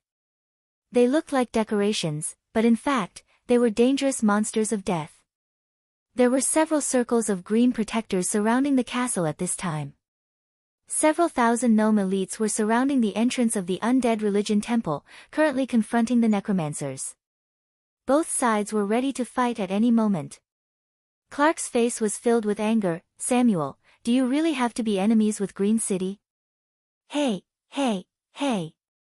The leader of the necromancers gave a cold laugh. "Clark, Green City is no longer the gnomes, you should be very clear on this point. Even if we are enemies with Green City, what does it have to do with you? Have that turtle-like city lord come out. I really want to see what kind of person he is, actually making you gnomes shamelessly send a city to bow down to him." This person's words were very harsh. Chu Tian's brows jumped up as he revealed a look of dissatisfaction. Dolores whispered in his ear in a serious voice, "Samuel, an important priest of the undead religion temple. His strength isn't bad, around the third true spirit layer. He should be in the top 5 of the necromancers here. Then why isn't he a lich?" Samuel was not a lich. He was a living person, but he was covered in bandages and wore a huge cloak. It was impossible to see his appearance, so it was impossible to distinguish his race. "Do you think every necromancer is a lich?" Dolores rolled her eyes in annoyance. The lich transformation is one of the top ceremonies of the undead religion. Only the most outstanding and powerful people have the qualifications to do it. However, even if they have the qualifications, their physiques might not be suitable for turning into a lich. In the entire Green Country undead religion, there is only the founder lich, and it's said that he is an old monster that has lived for over 2,000 years, even older than the old elves in the eternal forest. Is a lowly existence like the lich worthy of such reverence? Chu Tian curled his lips in disdain. Your way of thinking is hard to understand. Hey, what are you talking about? Who doesn't envy the liches? Dolores retorted, a lich is immortal. Immortality is something that many people yearn for even in their dreams. How many monarchs and emperors of the continent wish to become an immortal lich? I don't believe that you won't pursue immortality. The lich in people's hearts was a very mysterious existence. This kind of undead monster was transformed from a living being through a ceremony, so the lich in theory should exist forever. Your way of thinking is completely wrong.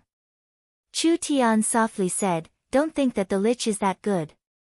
They don't breathe, they don't have a heartbeat, they don't have senses, they don't need to eat, and they don't need to reproduce. They are deprived of all the pleasures of life in exchange for an immortal body, so what meaning is there in that? They couldn't taste good food, they couldn't appreciate beauties, they couldn't enjoy the pleasures of men and women, and they couldn't appreciate the beauty of the world with their eyes.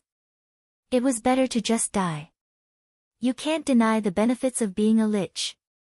The lich is indeed almost immortal, but it is only almost and not truly immortal. What? Could it be that the lich can still die? The lich in theory have an unlimited lifespan. There are some strong lich that can even make a phylactery out of their soul. Even if their body is destroyed, they can still be reborn through the phylactery. However, the existence of the lich is not eternal. The lich can escape the aging and destruction of their bodies, but they cannot escape the aging of their souls. There were many living beings and non-living beings in this world that were said to be immortal, like the flower fairies that Chu Tian met. These beings did not have an upper limit in theory, but the flower fairies were more fragile than most beings. They were very dependent on their environment, and if their environment was destroyed, it was hard for the flower fairies to survive. A living being's body, spirit, and soul were all interdependent. Matter determined will and will determine soul. Without matter, the will would gradually become dull and finally lose its humanity, even losing its sense of self. The soul would also wither away in this process. Once a living being became a lich, they had to use a secret technique to maintain their emotions, but this method could not be maintained forever. Most liches would become numb to their emotions after living for 1,000 years. Their will would become colder and colder, finally losing their humanity and self. Their instincts as a living being would weaken and they would finally become undead. Chu Tian knew how to transform a lich, but he had no interest in this kind of monster at all. These words attracted the attention of the surrounding people, and even the people from the necromancer temple looked over. Acting City Lord. The acting city lord is here. The gnomes discussed among themselves as they looked at the young human with strange gazes. Most of them were filled with doubt and distrust. Letting a human become the city lord here was a hard thing for the gnomes to accept. The plague in Green City had been very serious recently, and this so-called acting city lord had only appeared now. This was a bit unreasonable. I was wondering who it was that dared to talk about the great Lord Lich. Samuel looked over Chu Tian with eyes filled with ridicule and anger. Are the gnomes in a desperate situation? This kind of useless human can also become the city lord. It wouldn't be strange for this city to be destroyed. Dolores immediately asked, "This also means that you admit that everything was caused by the necromancers?" "You still don't understand. This is not important and not the main point." Samuel's eyes were filled with ridicule. "Those tens of thousands of gnomes infected with the plague, they won't live past 2 days. This is the main point. You're going too far." The gnomes were enraged. This matter was 100% the work of the necromancers. Samuel definitely had a reason for being this arrogant. That damn lich had not appeared yet, so what use was there in killing these necromancer priests in front of them? The gnomes still could not solve the situation in front of them, not to mention that tens of thousands of their clansmen were infected. This was equal to tens of thousands of hostages in their hands. The gnomes could not ignore their clansmen, so they were bound to be threatened by these despicable necromancers. No matter what, they had to save their clansmen first. Clark couldn't help loudly asking, "What conditions do you have? Speak." If the gnomes want their clansmen to live, it's very simple. Give up the city lord position and let the great lich rule Green City, otherwise this small plague will just be the beginning. In your dreams. Is the lich worthy of Green City? A waste human can be your city lord, but the noble and knowledgeable Sir Lich can't. Clark, please understand this, I'm not joking with you. Think about the tens of thousands of clansmen struggling in pain. I swear that other than us necromancers, no one has a way. Samuel pointed at Chu Tian. "Of course, you have another choice. That is to kill this human and send his head to the eternal forest. Then you can rely on the Dragon's Ridge and be loyal to the Dragon's Ridge. Like this, you gnomes will still be the masters of this city. Not only will the undead religion not be enemies with your green religion, they will also become your strong allies." It was impossible for the lich to sit on the city lord's throne.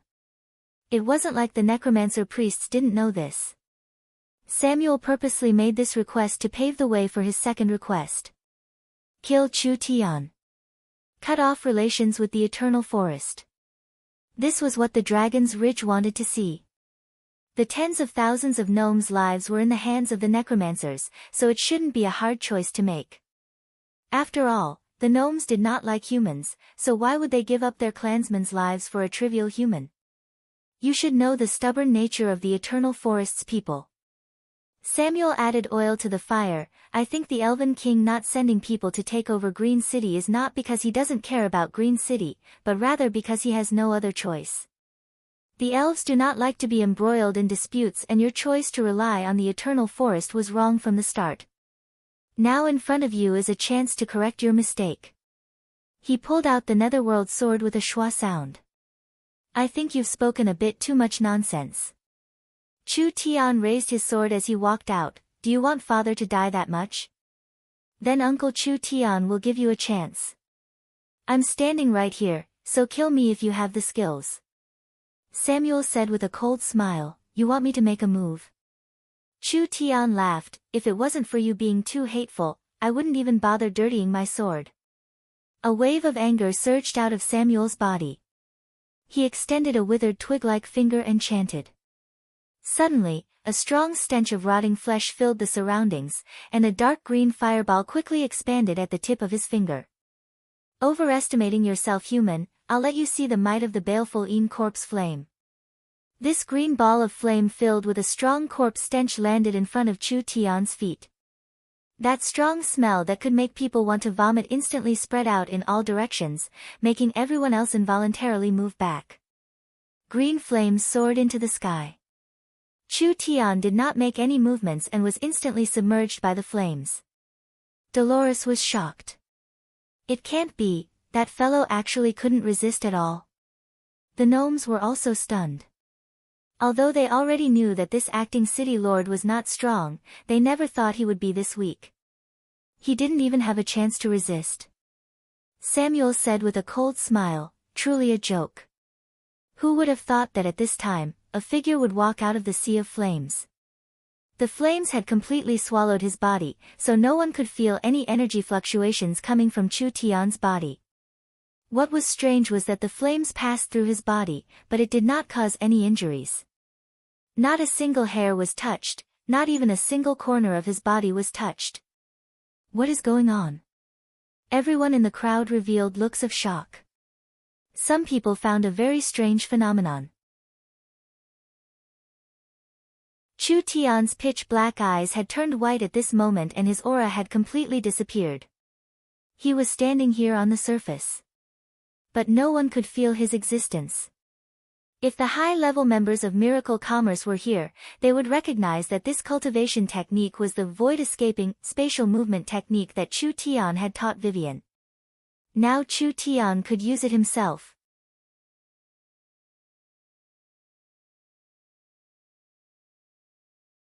Chapter 425. Samuel's corpse flame was a strange flame. This flame was born from extreme yin energy and needed corpse energy to support it. Samuel had refined it over the years with several strong corpse poisons, allowing it to corrode a living being's body and vitality, turning a living person into a yin corpse. Although the power of the flame was nothing to write home about, the additional effect was enough to make people tremble with fear. Even a powerhouse with a higher cultivation than Samuel didn't dare to let himself be enveloped in this flame, let alone a person with a lower cultivation who didn't use any defensive techniques. Why was he not injured at all? Chu Tian was standing in the middle of the flame, not a single hair on his body had been touched. This was a bit unbelievable and incomprehensible. Samuel shot out several more fireballs. Shwa, shwa. Several fireballs hit Chu Tian's body. This time people could clearly see that the fireballs passed through Chu Tian's body, but strangely they did not touch Chu Tian. It was like they did not pass through his body, but rather a mass of air. Since they couldn't even touch him, what could these strange flames do to him? Diversionary technique? Spiritual illusion technique? No, he didn't feel any spiritual energy fluctuations. Samuel did not believe it. His body was covered in a ghostly aura as he raised his hands high up. His 10 skinny fingers released flames at the same time, condensing a large fireball above his head in a short period of time. This fireball was quickly compressed, turning from a dark green to a pitch-black color. The attack power was at least 10 times stronger than before. Chu Tian slightly knit his brows. The reason he could easily deal with the previous attack was because the flame itself was too weak. This attack was close to Samuel's triple awakened soul's strength and Chu Tian's void-escaping technique did not have a way to deal with this kind of strong energy interference, so once he was hit, he would lose his effect. You think you can be arrogant just because you know a strange cultivation technique? Samuel caught Chu Tian's expression. He expected that Chu Tian would not be able to dodge this attack, so he revealed a cold fiendish smile. How will you block this move? Go die. The black fireball roared as it rushed over. Chu Tian didn't dodge. His skin, his body, suddenly lit up with starlight. The light was so intense that his whole body seemed to be made of light. He opened his arms as if he were hugging a friend, and very casually and naturally hugged her. He's courting death. How can Samuel's corpse fire be touched by a mortal's body? The necromancers revealed an expression like they were looking at a fool and the gnomes revealed looks of shock. Could it be that the human didn't feel that the fatal part of the flame wasn't the flame itself, but rather the poison and curse inside? What was the difference between rushing forward recklessly like a moth flying into a flame? Puchi. The sound of water and fire colliding. The fireball in Chu Tian's arms continued to shrink. The sinister corpse chi and corpse poison energy could not penetrate the light on his body and cause any damage to Chu Tian at all. Instead, it was completely blocked out, and in the end, it was completely annihilated by the power of the holy light. Everyone was shocked once again. He was still unscathed. How did this human do it? There weren't many people in Green City that could calmly block Samuel's attack. Actually, this was one of the effects of the sacred light body. Not only did the sacred light body have a strong defense, it also had a strong resistance to this kind of dark death energy. It could even be said that it completely countered it. Samuel finally understood. The people sent by the Eternal Forest were not ordinary people. This kind of defensive ability could make him an outstanding talent in Green City. If he wasn't careful in dealing with this kind of opponent, perhaps there would be endless troubles. Chu Tian raised his sword and turned into a burning sword chi that swept out. Samuel's cloak released a large amount of dark energy that was like several hundred wandering spirits surrounding him, immediately forming a layer of defense. Chu Tian's sword chi hit it, but it couldn't harm Samuel at all. "You're only so." When Samuel's voice was halfway through, Chu Tian suddenly turned into an afterimage and disappeared. This speed was so fast that even Samuel, who was in the rank 3 true spirit, could not react to it. In an instant, more than 10 extremely fast sword lights passed through Samuel's body like threads. One after another beautiful sword lights shot out. The Yin souls that were protecting his body were instantly scattered and a large portion of them were evaporated by the netherworld flame's power. Samuel was completely enraged. "Great underworld god, please open the gates of hell and release the power of the dead into the world." A large amount of ink like black fog appeared around the necromancer priest. This spirit energy condensed into a fierce skeleton image. This was the necromancer's source spirit. When the incomparably strong death aura spread out, it was like a drop of ink on a piece of paper. Wherever it spread, it would be coated in a layer of black. The surrounding green grass became like obsidian, and then like fragile glass, it shattered inch by inch. Chu Tian hurriedly dodged this kind of attack, even he did not dare to take it head-on. The spirit energy aura released by his source spirit. There was no sign of life within 15 meters of Samuel. Countless strands of energy floated in the air and with Samuel chanting an incantation, they all condensed back into a solid form. 10,000 ghosts seeking life. Samuel's spirit energy turned into thousands of skulls.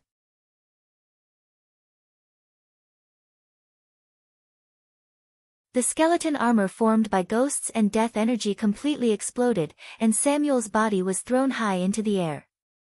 One attack. Chu Tian only used one attack. Clean and direct, without any fancy moves, he used a single attack to crush Samuel. Chu Tian's figure flickered and his flame body split into 8, shooting out like meteors, evenly distributed in 8 directions around Samuel.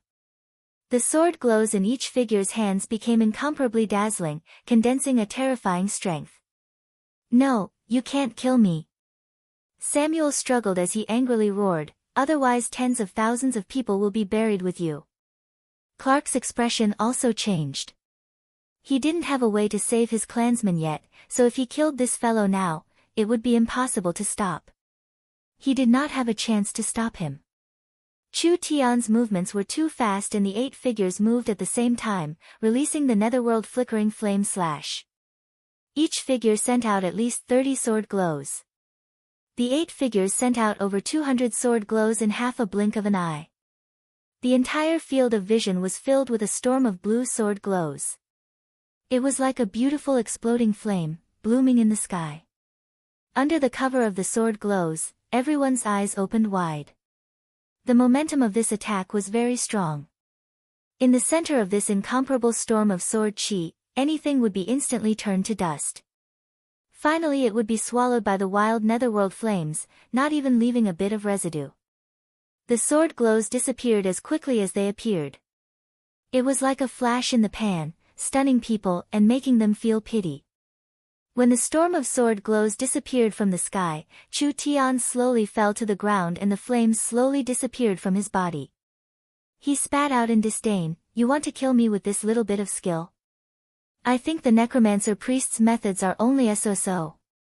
The entire scene was filled with a deathly silence. The gnomes were all stunned.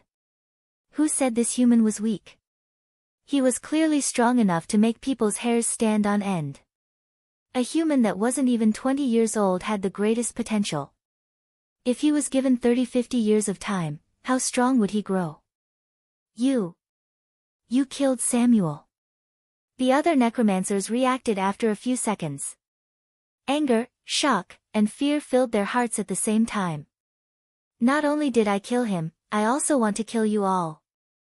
Chu Tian charged at the necromancers with a sword glowing behind him.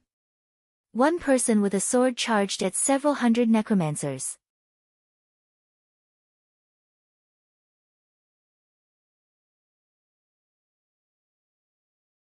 Chapter 426. Even if Samuel was not a peak expert of the undead religion, he could still be considered a top expert in Green City. With the gnome's great elder Clark personally making a move, even if he could win against Samuel, he would still have to pay a bit of a price. The necromancer priests were ruthless and incomparably crafty, catching people off guard. No one dared to underestimate this group. But now, the acting city lord that everyone looked down on. This young human that was too young to be normal. He had actually directly killed Samuel. The entire fight was very short and he was at most in the first true spirit layer. In a situation where he crossed 2 levels without paying a price, he had almost killed the third true spirit layer priest Samuel. This could not be described as a genius, this human surpassed common sense. He was a completely monstrous existence. The several thousand gnomes had seen the fight. The human sent by the Elven King was not trash. Although this kind of strength didn't count for much in the Eternal Forest, in terms of battle strength, he was at least in the top 10 in Green City. Not to mention that he was still this young, he might not be inferior to those old fellows in the Eternal Forest in the future. Schwa. Chu Tian did not stop. People still had not recovered from their shock. Chu Tian already charged forward with an endless might, turning into a sword glow that swept past several necromancers. Several bodies were cut apart by the sword glow without any resistance and the netherworld flames swallowed their bodies. Kill! Kill him! The necromancer priests roared out in rage. Chu Tian's eyes turned white again and the space around him trembled. He took a step forward and instantly disappeared, moving to the center of the necromancers. Spatial movement? Damn! A giant sword glow swept out. Several dozen necromancers were sent flying like butterflies with their bodies burning in flames. These necromancer temple guards were all elites of the church, but Chu Tian had been cut down like vegetables. Several necromancy priests hurriedly chanted an incantation, and the motionless gargoyles that were squatting like statues on top of the shrine all came to life at this moment. They flapped their wings and suddenly rushed towards Chu Tian. The gargoyles were puppets refined by the necromancers. They were similar to the shaman's voodoo puppets and the Green Country's protectors. Each gargoyle was not inferior to a 9th awakened soul layer demon beast and they were covered in death arrays and curses. Even if they fought with opponents of the same level, they would still be at a disadvantage. 300 gargoyles were awakened, instantly forming a terrifying force. The 300 gargoyles spread their wings and a gray wave of light blasted out, covering a large area. Everything within the light was corroded by the powerful curse power and turned into gray stones. Petrification curse. This was a kind of curse power that could directly turn living beings into stone. Chu Tian was not affected at all as he quickly passed through the light wave. He swung his sword and cut down several necromancers. The other necromancers had already been pushed back and they quickly made their move to resist. The graveyard around the shrine was dug open and zombies covered in stitches were awakened. It was like there were springs in their bodies as they shot out from the ground. These stitched-up puppets were all zombies transformed from corpses. Although their bodies were stiff and slow, they were filled with various poisons and curses. Each one had a shocking close-range attack power. Although they were not as agile and fierce as the gargoyles, there were over 1,000 of them. Chu Tian completely ignored the dense undead zombies in front of him. He raised his sword and cut a necromancer in half. These were cultivators that controlled death energy. These frightening undead monsters. He treated them like grass.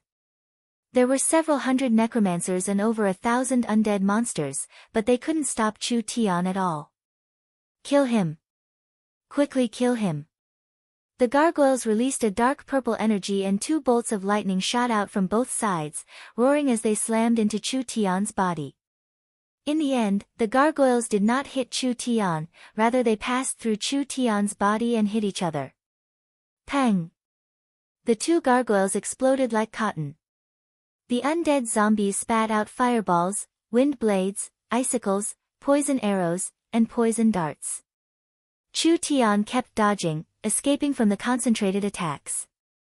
The other attacks all passed through his body like they were hitting air, unable to cause any damage to Chu Tian. Chu Tian was using the void escaping technique while his body was covered in light. Even if the necromancers occasionally broke through the void escaping technique, with the sacred light body's defense, these curses, weakening, and corrosion attacks could not affect Chu Tian's body.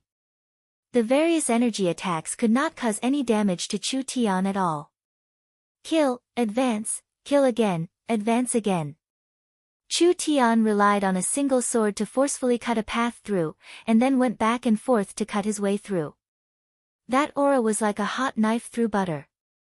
Several necromancers that were not weak were cut down by the sword, including 2 necromancer priests. The gargoyles destroyed several dozen zombies and cut down close to 100 zombies, but Chu Tian was not injured at all from start to finish. Not to mention the necromancers. The gnomes were all shocked. Was this fellow even human? They had never seen a person that could easily pass through the concentrated attacks, not even a single hair was injured. Instead, the other side was completely defeated, unable to resist at all. A gnome hesitantly asked, "Great Elder, the necromancers have all been killed, perhaps our clansmen."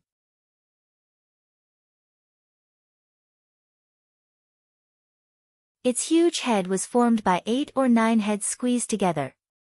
Its shoulders, chest, and abdomen were all hideous and terrifying human faces.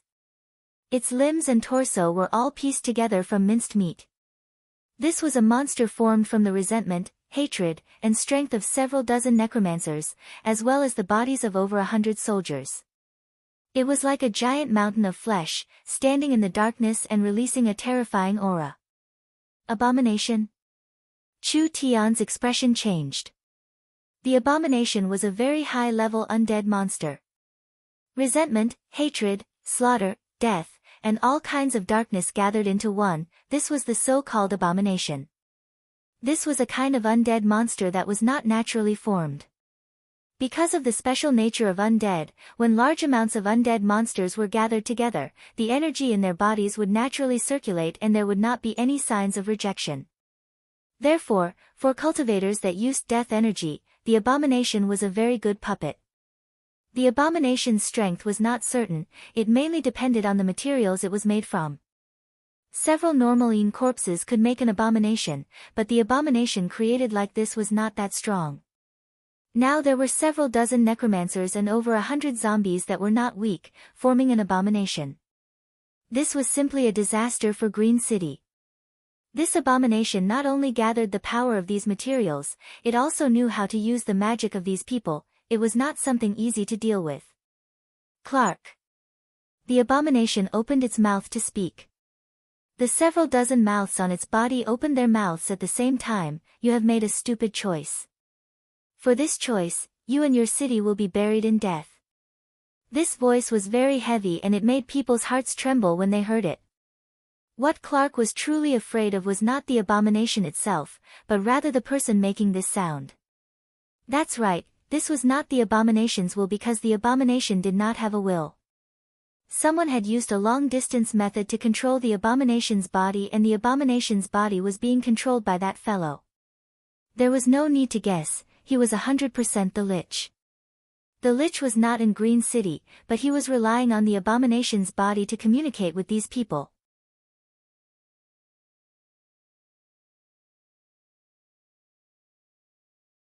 Chapter 427. The abomination had fused several dozen necromancers into its body, with around 10 of them being in the true spirit realm. To create this abomination, it had used up the power of the dead sealed in the undead temple, which was a large loss to the undead religion. But the more they paid, the more they could exchange for it. This abomination's strength had reached the fifth true spirit layer, which was already very strong and hard to resist. It had also fused with the Lich's thoughts. In other words, the one controlling the abomination's body and power was the Lich. When the abomination had a clear mind and consciousness, it could use various secret techniques and cultivation techniques, which increased the abomination's battle strength by several times. Dong, dong, dong. The abomination took incomparably heavy steps. The gnomes felt like the ground was about to collapse, but the abomination's speed was very fast. Even if there was a mountain in front of it, it could still easily smash it to pieces. This majestic aura had a very strong impact on people's minds. Sealing array. Clark and the Green Religion priests made a move. The ground exploded and several dozen giant wooden stakes came out of the ground. Each stake had a sealing rune engraved on it, and when they connected together, it formed a source energy array. The abomination was sealed in the center of the source energy array.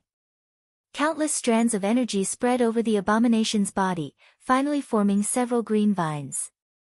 One end was connected to the giant wooden stakes and the other end was like an iron lock locking the abomination in the center of the source energy array. This array was very strong. Even the abomination could not easily break through it, so its body immediately stopped and it lost the ability to move. This was just the beginning.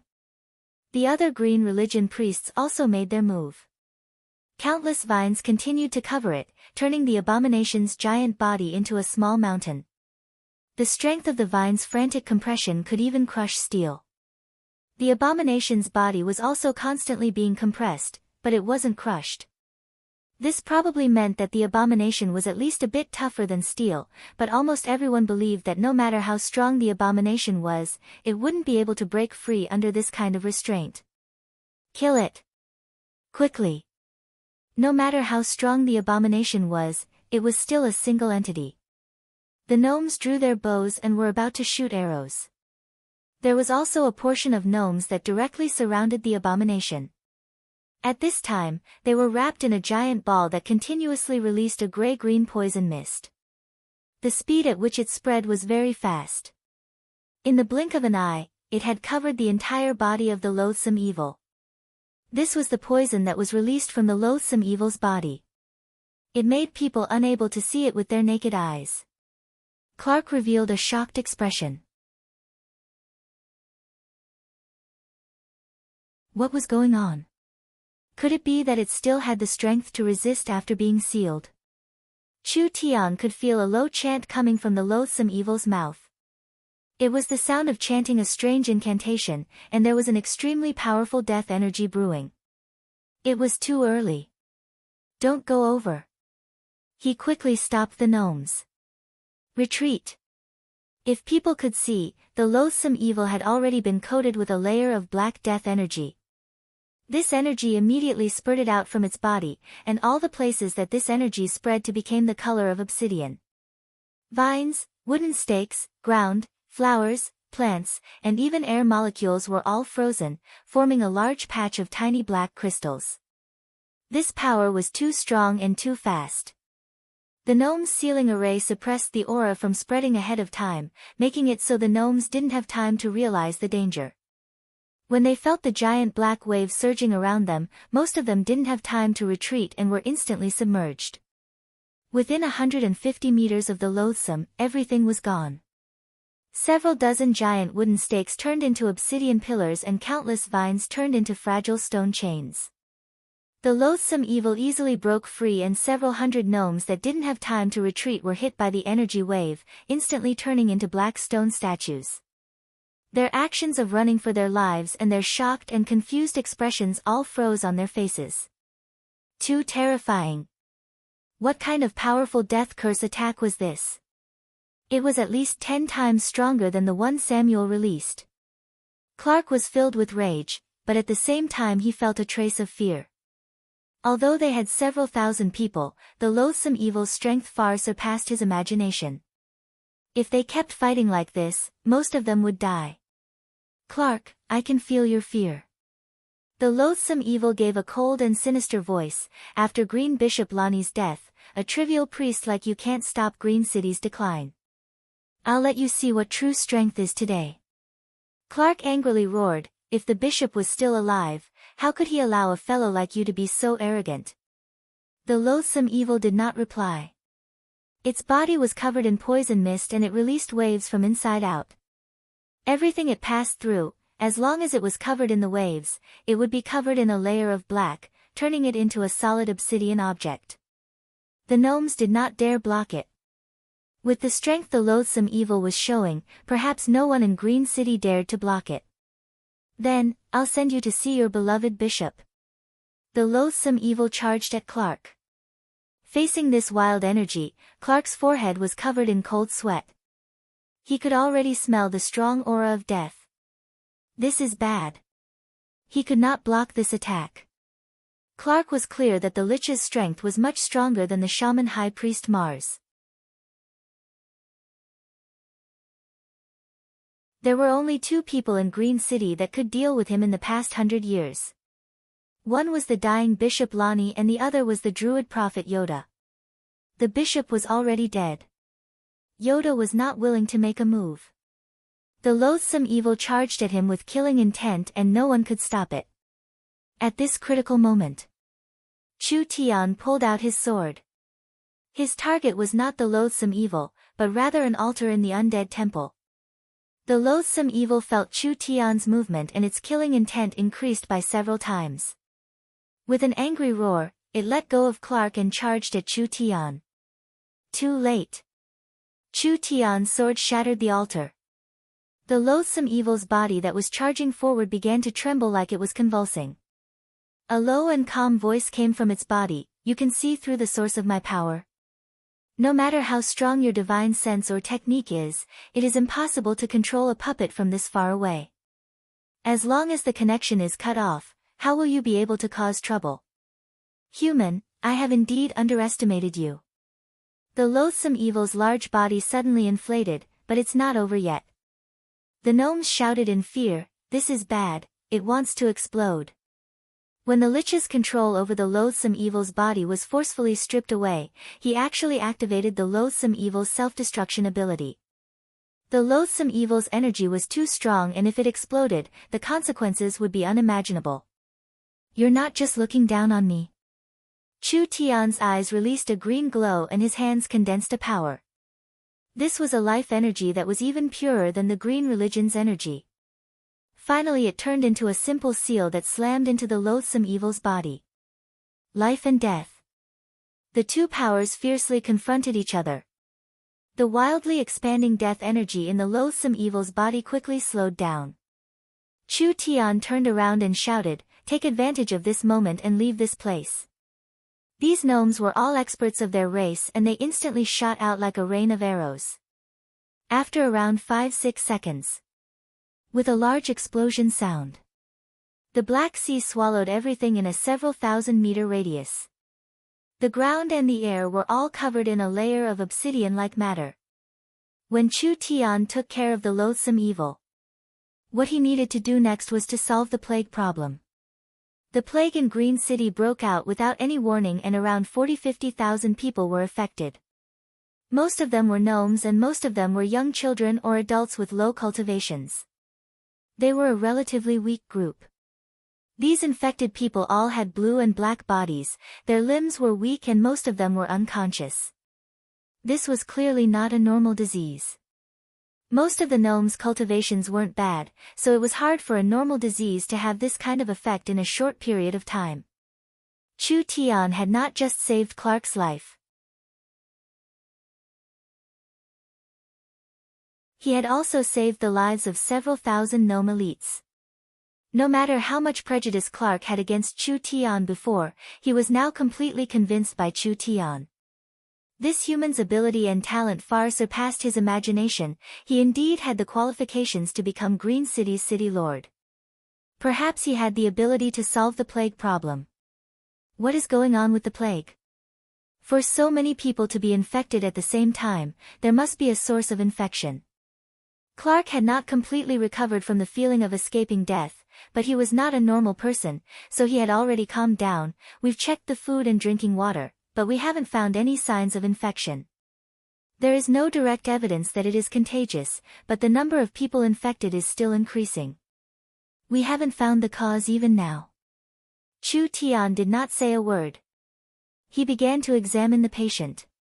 It was a little girl who looked less than a meter tall. At this moment, she was in a trance and had fallen into a coma. Her teeth were constantly grinding, making cracking sounds. Under her originally white and tender skin, the blue and black blood vessels could already be seen.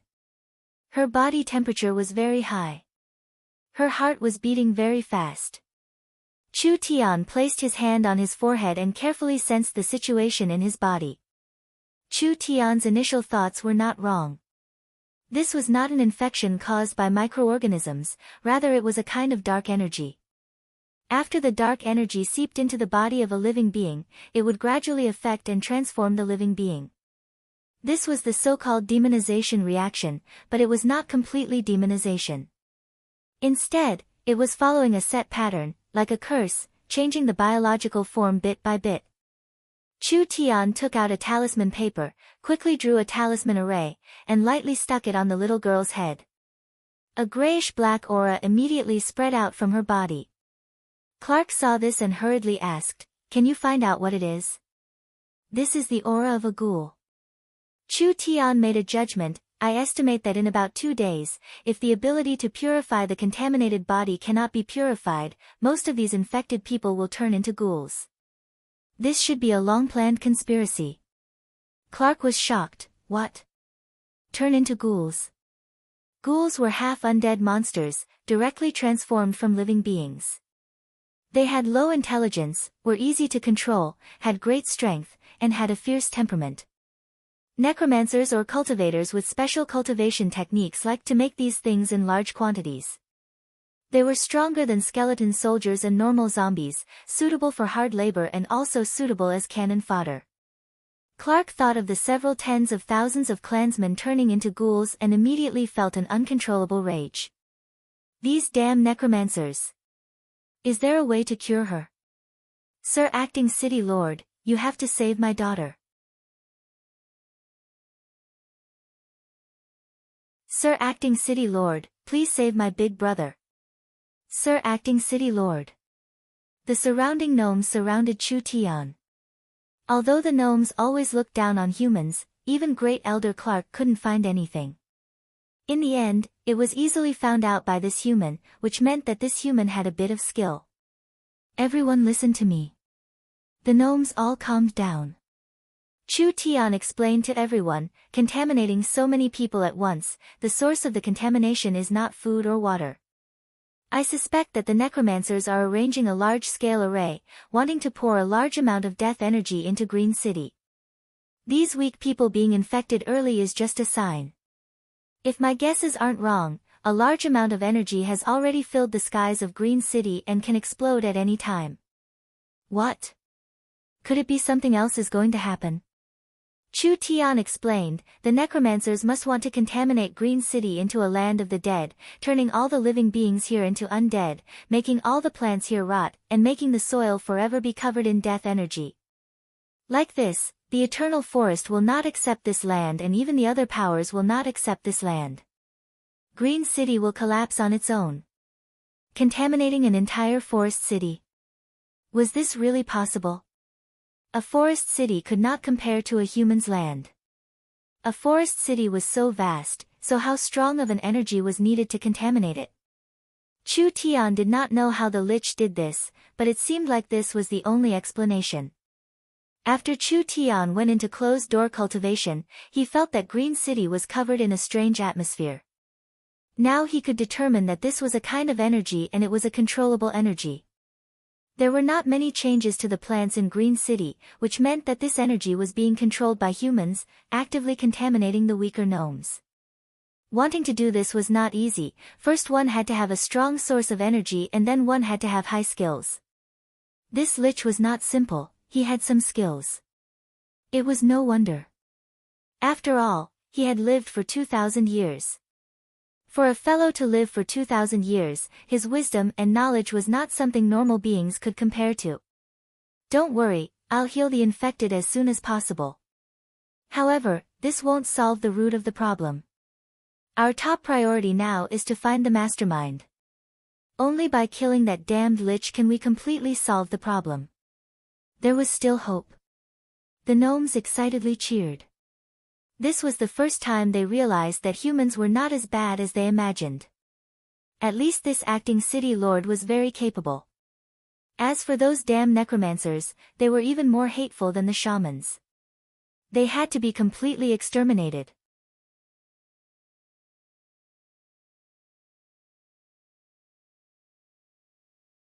Chapter 428. Because they were discovered in time, the gnomes could still be saved. However, because there were too many of them, it would be very troublesome to save them. They had to collect materials and refine the medicine. Who could guarantee that Green City wouldn't become worse during this process?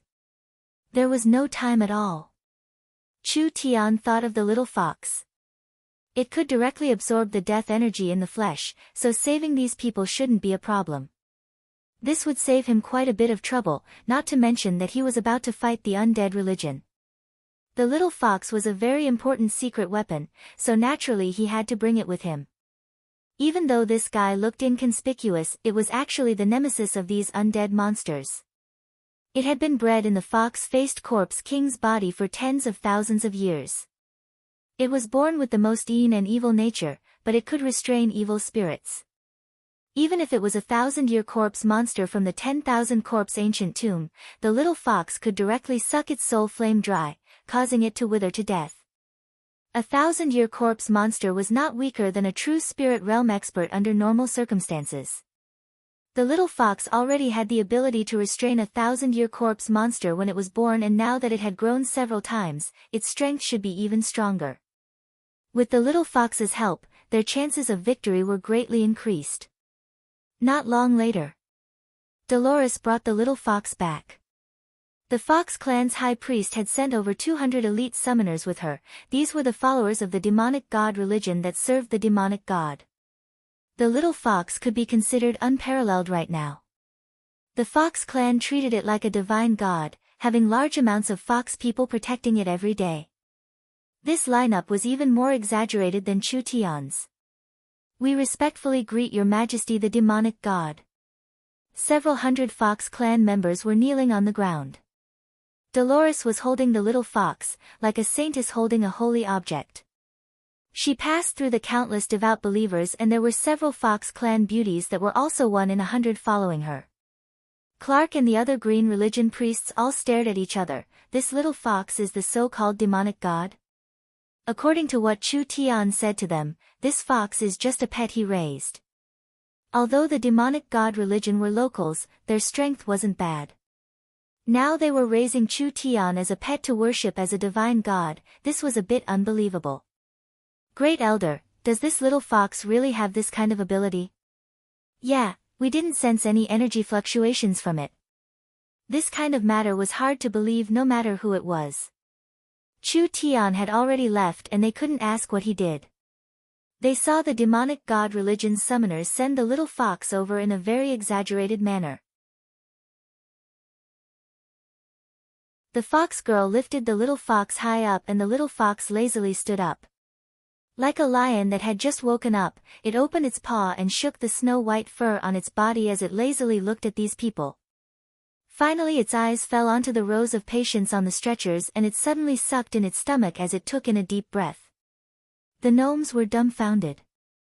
The little fox's movements caused the energy in the entire valley to change. It was like what was breathing was not a palm-sized fox, but rather an ancient giant whale. The bodies of the thousands of patients twitched slightly. Strands of weak black energy seeped out of their pores and gathered in the air, forming a huge sphere. The sphere looked like a burning black flame, and the black smoke-like energy kept surging up like fuel. The smaller the black sphere, the more vigorous it became. Great Elder, quickly look. The little fox sucked out the energy from the patients and the unconscious gnomes all regained consciousness. Their faces slowly turned rosy. It's effective, it's really effective. This fox is too mysterious. Most of these gnomes were children. When the gnomes' families saw this, they were filled with tears of gratitude and almost wanted to kneel down to the little fox. Dolores muttered, "This is the Lord Demonic God's power." The Lord Demonic God is only an infant. The Fox clan members were very excited. This infant demonic god would definitely become an existence not inferior to a demon god in the future. The little fox used more than half an hour to finally extract all the energy from the patient's body. Now the black fireball in the sky was as heavy as a piece of lead. If it fell down, perhaps it would create a large hole in this area and the death energy would be able to kill all living beings within several hundred meters. Under this kind of strong energy pollution, how could a person not be affected? The little fox opened its mouth and turned it into a stream that flowed into the little fox's stomach. It made the little fox's stomach bulge up, but when it gently patted its round stomach, it quickly shriveled up again. The little fox raised a claw and waved it. "Yes, Your Majesty the demonic god." Dolores respectfully cupped her hands and walked to the front to say, "Our Majesty the demonic god has said that these people are fine. Send them down and replace them with the next batch." The valley instantly fell into an uproar. Countless gnomes shed tears of gratitude. The little fox had not only saved these children, it had also saved the entire Green City gnome race. The little fox wagged its tail in a very happy manner, enjoying the feeling of being worshipped by others. Its master was truly useless, actually calling this fox for such a small matter. One batch after another, the little fox healed them all. But during this process, there were more people being polluted in Green City and the little fox did not have time to cure them one by one. These newly infected people still had about a week of safety. As long as they could eliminate the culprit in time, then everything would fall apart on its own. In the city lord's castle, the little fox was sent to the discussion hall like a moon surrounded by stars. Chu Tian sat in the highest position in the discussion hall, Clark sat on the left, Dolores held the little fox, sitting on the right, and the others were standing in the 2 rows below. The little fox had displayed its might to save tens of thousands of people, so now the Fox clan worshipped it even more. Even the gnomes regarded it as a savior. The little fox had only shown a bit of its skills in Green City, but it was already more worshipped than the acting city lord. "Fox, I haven't seen you in a few days, it seems like you've become a bit fatter." Chu Tian narrowed his eyes as he looked at this fellow. "I think the Fox clan has suffered a lot from being eaten by you." The little fox did not have any manners as it spat on the ground and then raised its middle finger at Chu Tian.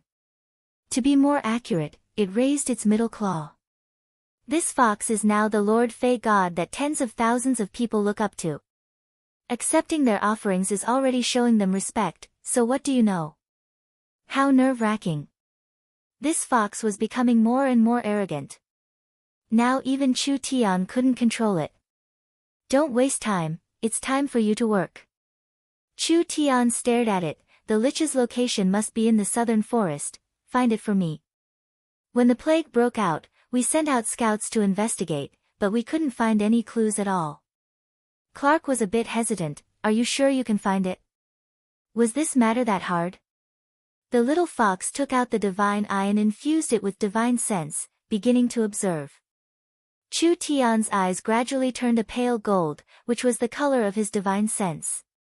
He established a spiritual connection with the little fox, so whatever the little fox saw, Chu Tian could also see. The large forest to the south of Green City had withered and the thousands-of-year-old trees had all died in a single night. There were large amounts of demon beast and native corpses everywhere. They had all been contaminated by some kind of energy and were currently transforming into undead creatures. Before long, these creatures would become an undead army. This kind of contamination was not something that could be completed in a single day. The necromancers had been planning this plan for a long time. "Slow down, it's right here." Chu Tian suddenly called out, "This basin has a barrier, so it's most likely inside. Fox, go in and take a look." Chu Tian locked onto a basin. Because he could feel the aura of the barrier, Chu Tian knew that there was something strange about this place. Although the scene was blocked, the dense death energy coming from inside could not fool Chu Tian and the little fox. The little fox activated the divine eye in its hand and allowed its vision to penetrate into the barrier. Large amounts of gray buildings appeared in its field of view. There were altars arranged in a certain pattern on the ground, connecting together to form a large array. There were several hundred gray-robed masked warlocks currently jumping around on the altars casting techniques. These altars seemed to be built on some kind of ruins. This could explain the source of this powerful energy. The Lich must have borrowed the energy from the ruins to attack Green City, which was why it had such a powerful effect. We've already found the Lich's lair. A sharp glow flashed in Chu Tian's eyes, but looking at their appearance, this ceremony has already reached its end. In just a few days, the entire Green City will be filled with this death energy, turning it into an eternal land of decay. The surrounding areas will not be spared either, so we don't have much time left. Everyone's expressions were not good. Who would have thought that the situation would be this serious? The shaman sorcerers only wanted to destroy Green City, but the necromancers were even more ruthless. They wanted to pollute the entire area and exterminate all life, turning this land into an undead territory that only the undead could live in. The entire Green City was facing a life and death situation. The so-called no eggs can remain intact when the nest is overturned. Not only did they need the gnome army, they also needed the help of the local powers. It would be best if they called Luza's group over, giving the shamans a chance to atone for their crimes. What was in that basin? Chu Tian felt that the source of the death energy was a very ancient ruin. The Lich had used the ruins to build the barrier and released the death energy from the ruins into Green City. This ruin was not simple. In terms of the intensity of the death energy, it was not weaker than the 10,000 corpse ancient tomb. It was several times denser, otherwise it would not have been able to destroy the large Green City. Chu Tian's communication device rang. "Hey, Vivian, why is it you?" He picked it up. "I'm very busy right now, I'll contact you later." "Big brother Chu Tian, wait a minute." Vivian's voice came from the communication device. Elder sister Qingwu said that the Yin corpses in the barrels have been refined. Oldman's small town doesn't need them now and you don't have any helpers in Green City, so we're prepared to send the Yin corpses to you in the space warehouse. You have to remember to receive them. What? Chu Tian was a bit surprised, but he said in a satisfied voice, Good, I'm lacking fighters."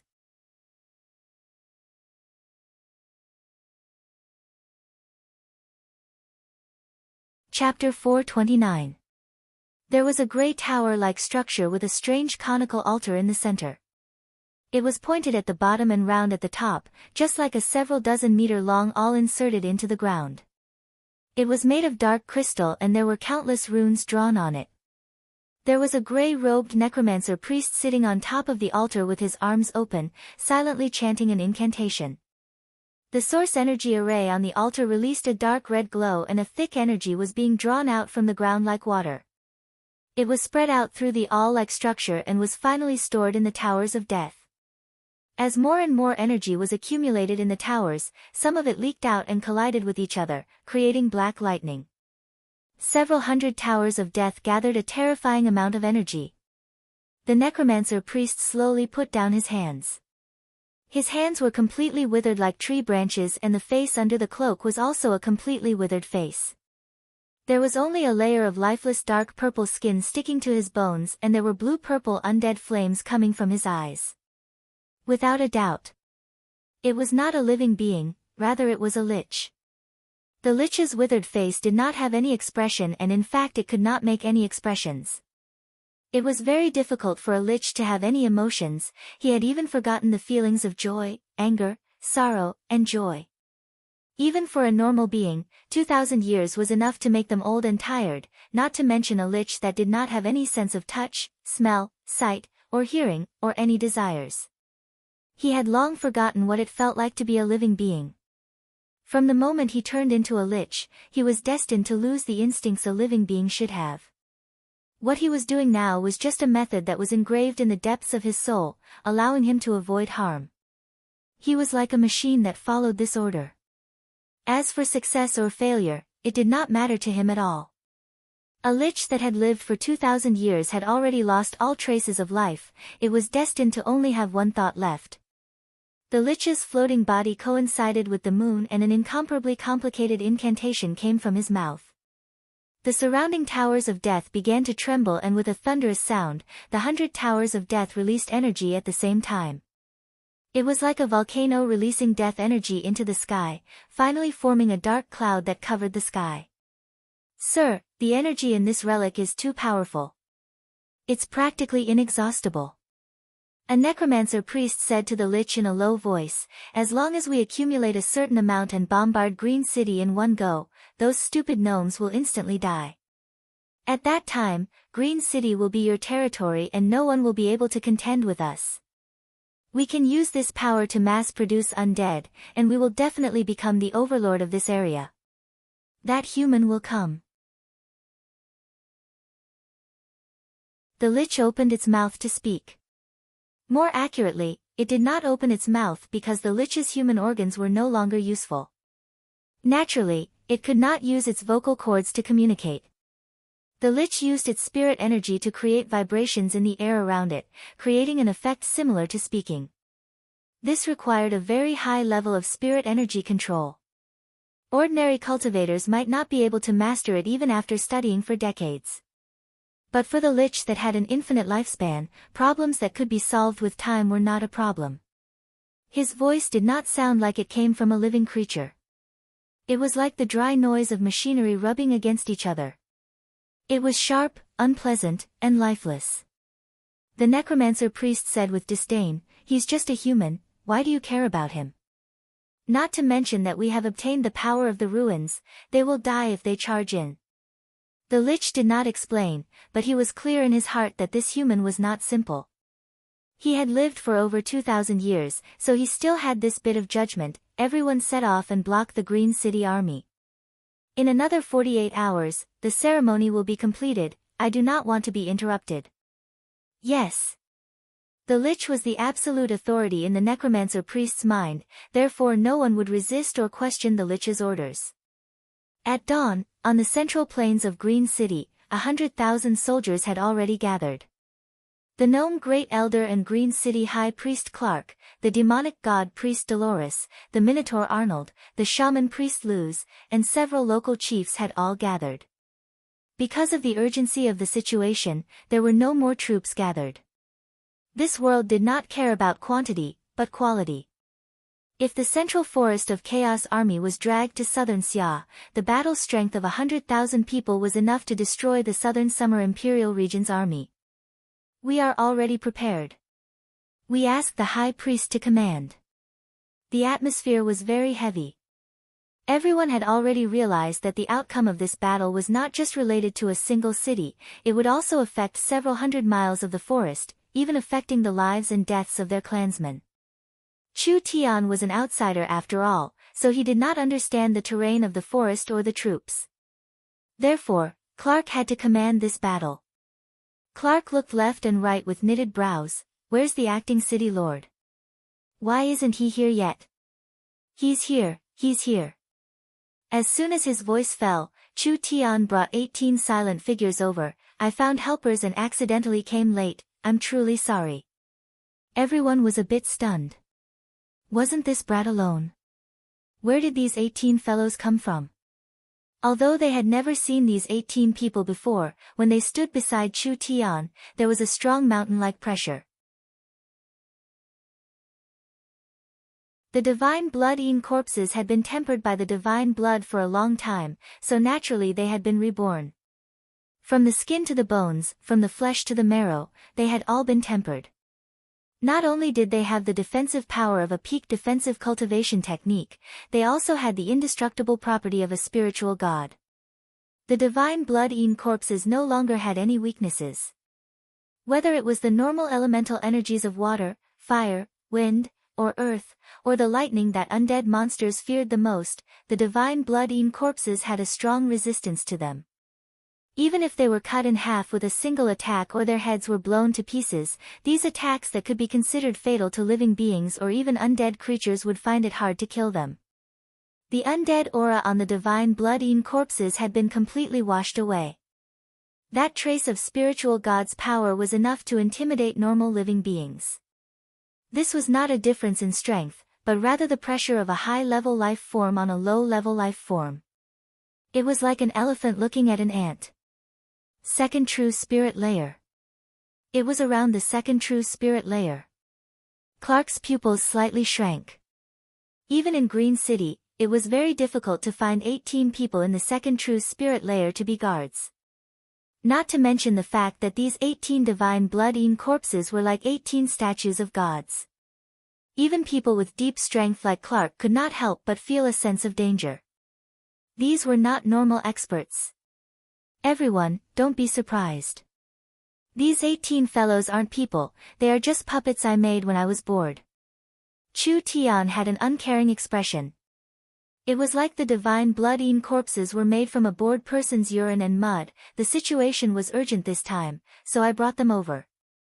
I think they'll be of a bit of help. The divine blood-eaten corpses were still eaten corpses in the end, they could not produce life. Therefore, eaten corpses, especially those refined into puppets, had no life force, no ability to think, and even their souls had been refined. Therefore, they could be transported in the space warehouse like goods. Alright, there's no time to lose, let's immediately set off. Clark did not have time to ask, we'll split into 4 groups and each group will have 10 small groups. We'll attack along the following routes. Clark began to closely arrange everything. 100,000 people was a very large number. This kind of large army could not be spread out in the forest at once, so they could only split into different groups to attack at the same time. When the sun rises, the undead will be weakened to a certain degree. We'll send these fellows back to the embrace of the Nether God. Alright. Kill. Kill. Everyone's morale was high. This battle was not only important to Green City, it was also very important to Chu Tian. Chu Tian was missing a chance for the entire city to acknowledge him. Let's go. At the break of dawn, the Green City army of 100,000 set off, splitting into several dozen small groups. They entered the forest as fast as they could, heading in the direction of the valley. These 100,000 people were natives of the Forest of Chaos, so they couldn't charge at each other in the forest like they did on the plains. However, when the army was split into countless small teams, they could move through the forest at high speeds, but they could maintain a high fighting state. Like this, even if there was a sudden change, they wouldn't be defeated like a mountain collapsing. Dolores turned around and shouted at Chu Tian, "The withered forest is in front of us." Chu Tian nodded, "Be careful and be on guard." The withered forest was the first forest to be contaminated by the death energy. The entire forest was soaked in a thick death energy, and there were no signs of any living creatures. Hundreds of thousands of indigenous people had died here, and it had become a tourist spot for living creatures. The little fox called out a few times. "Pay attention, there are large amounts of undead in front of us." Almost at the same time, warnings came from all around them. Following this was a beast-like roar as countless gargoyles fell from the sky, charging at their prey like eagles. This is bad. It's the gargoyles. The undead religion's undead puppets were very hard to deal with, not to mention the gargoyles were carrying necromancers on their backs. When the gargoyles charged down, pitiful cries came from all directions in the forest. This sudden and fierce attack had clearly caught everyone off guard. After the first round of attacks, there were heavy footsteps coming from the ground. 5 abominations led over 10,000 corpse-eaters and countless zombies, densely covering the forest. They seemed like they had been waiting for a long time. There were a large amount of them, forming a large defensive line that was used to cushion Green City's attacks. Fuck! Arnold roared out, "Why are there so many undead? Kill them for me." You're tuning in to the Blissful Bookshelf YouTube channel. We're so grateful for your support, and don't forget to subscribe to join us on this incredible journey through captivating stories. Your generosity through donations truly makes a world of difference, as it's the primary source of revenue that allows me to expand and enhance this channel for you. Thank you from the bottom of my heart for being a part of this adventure.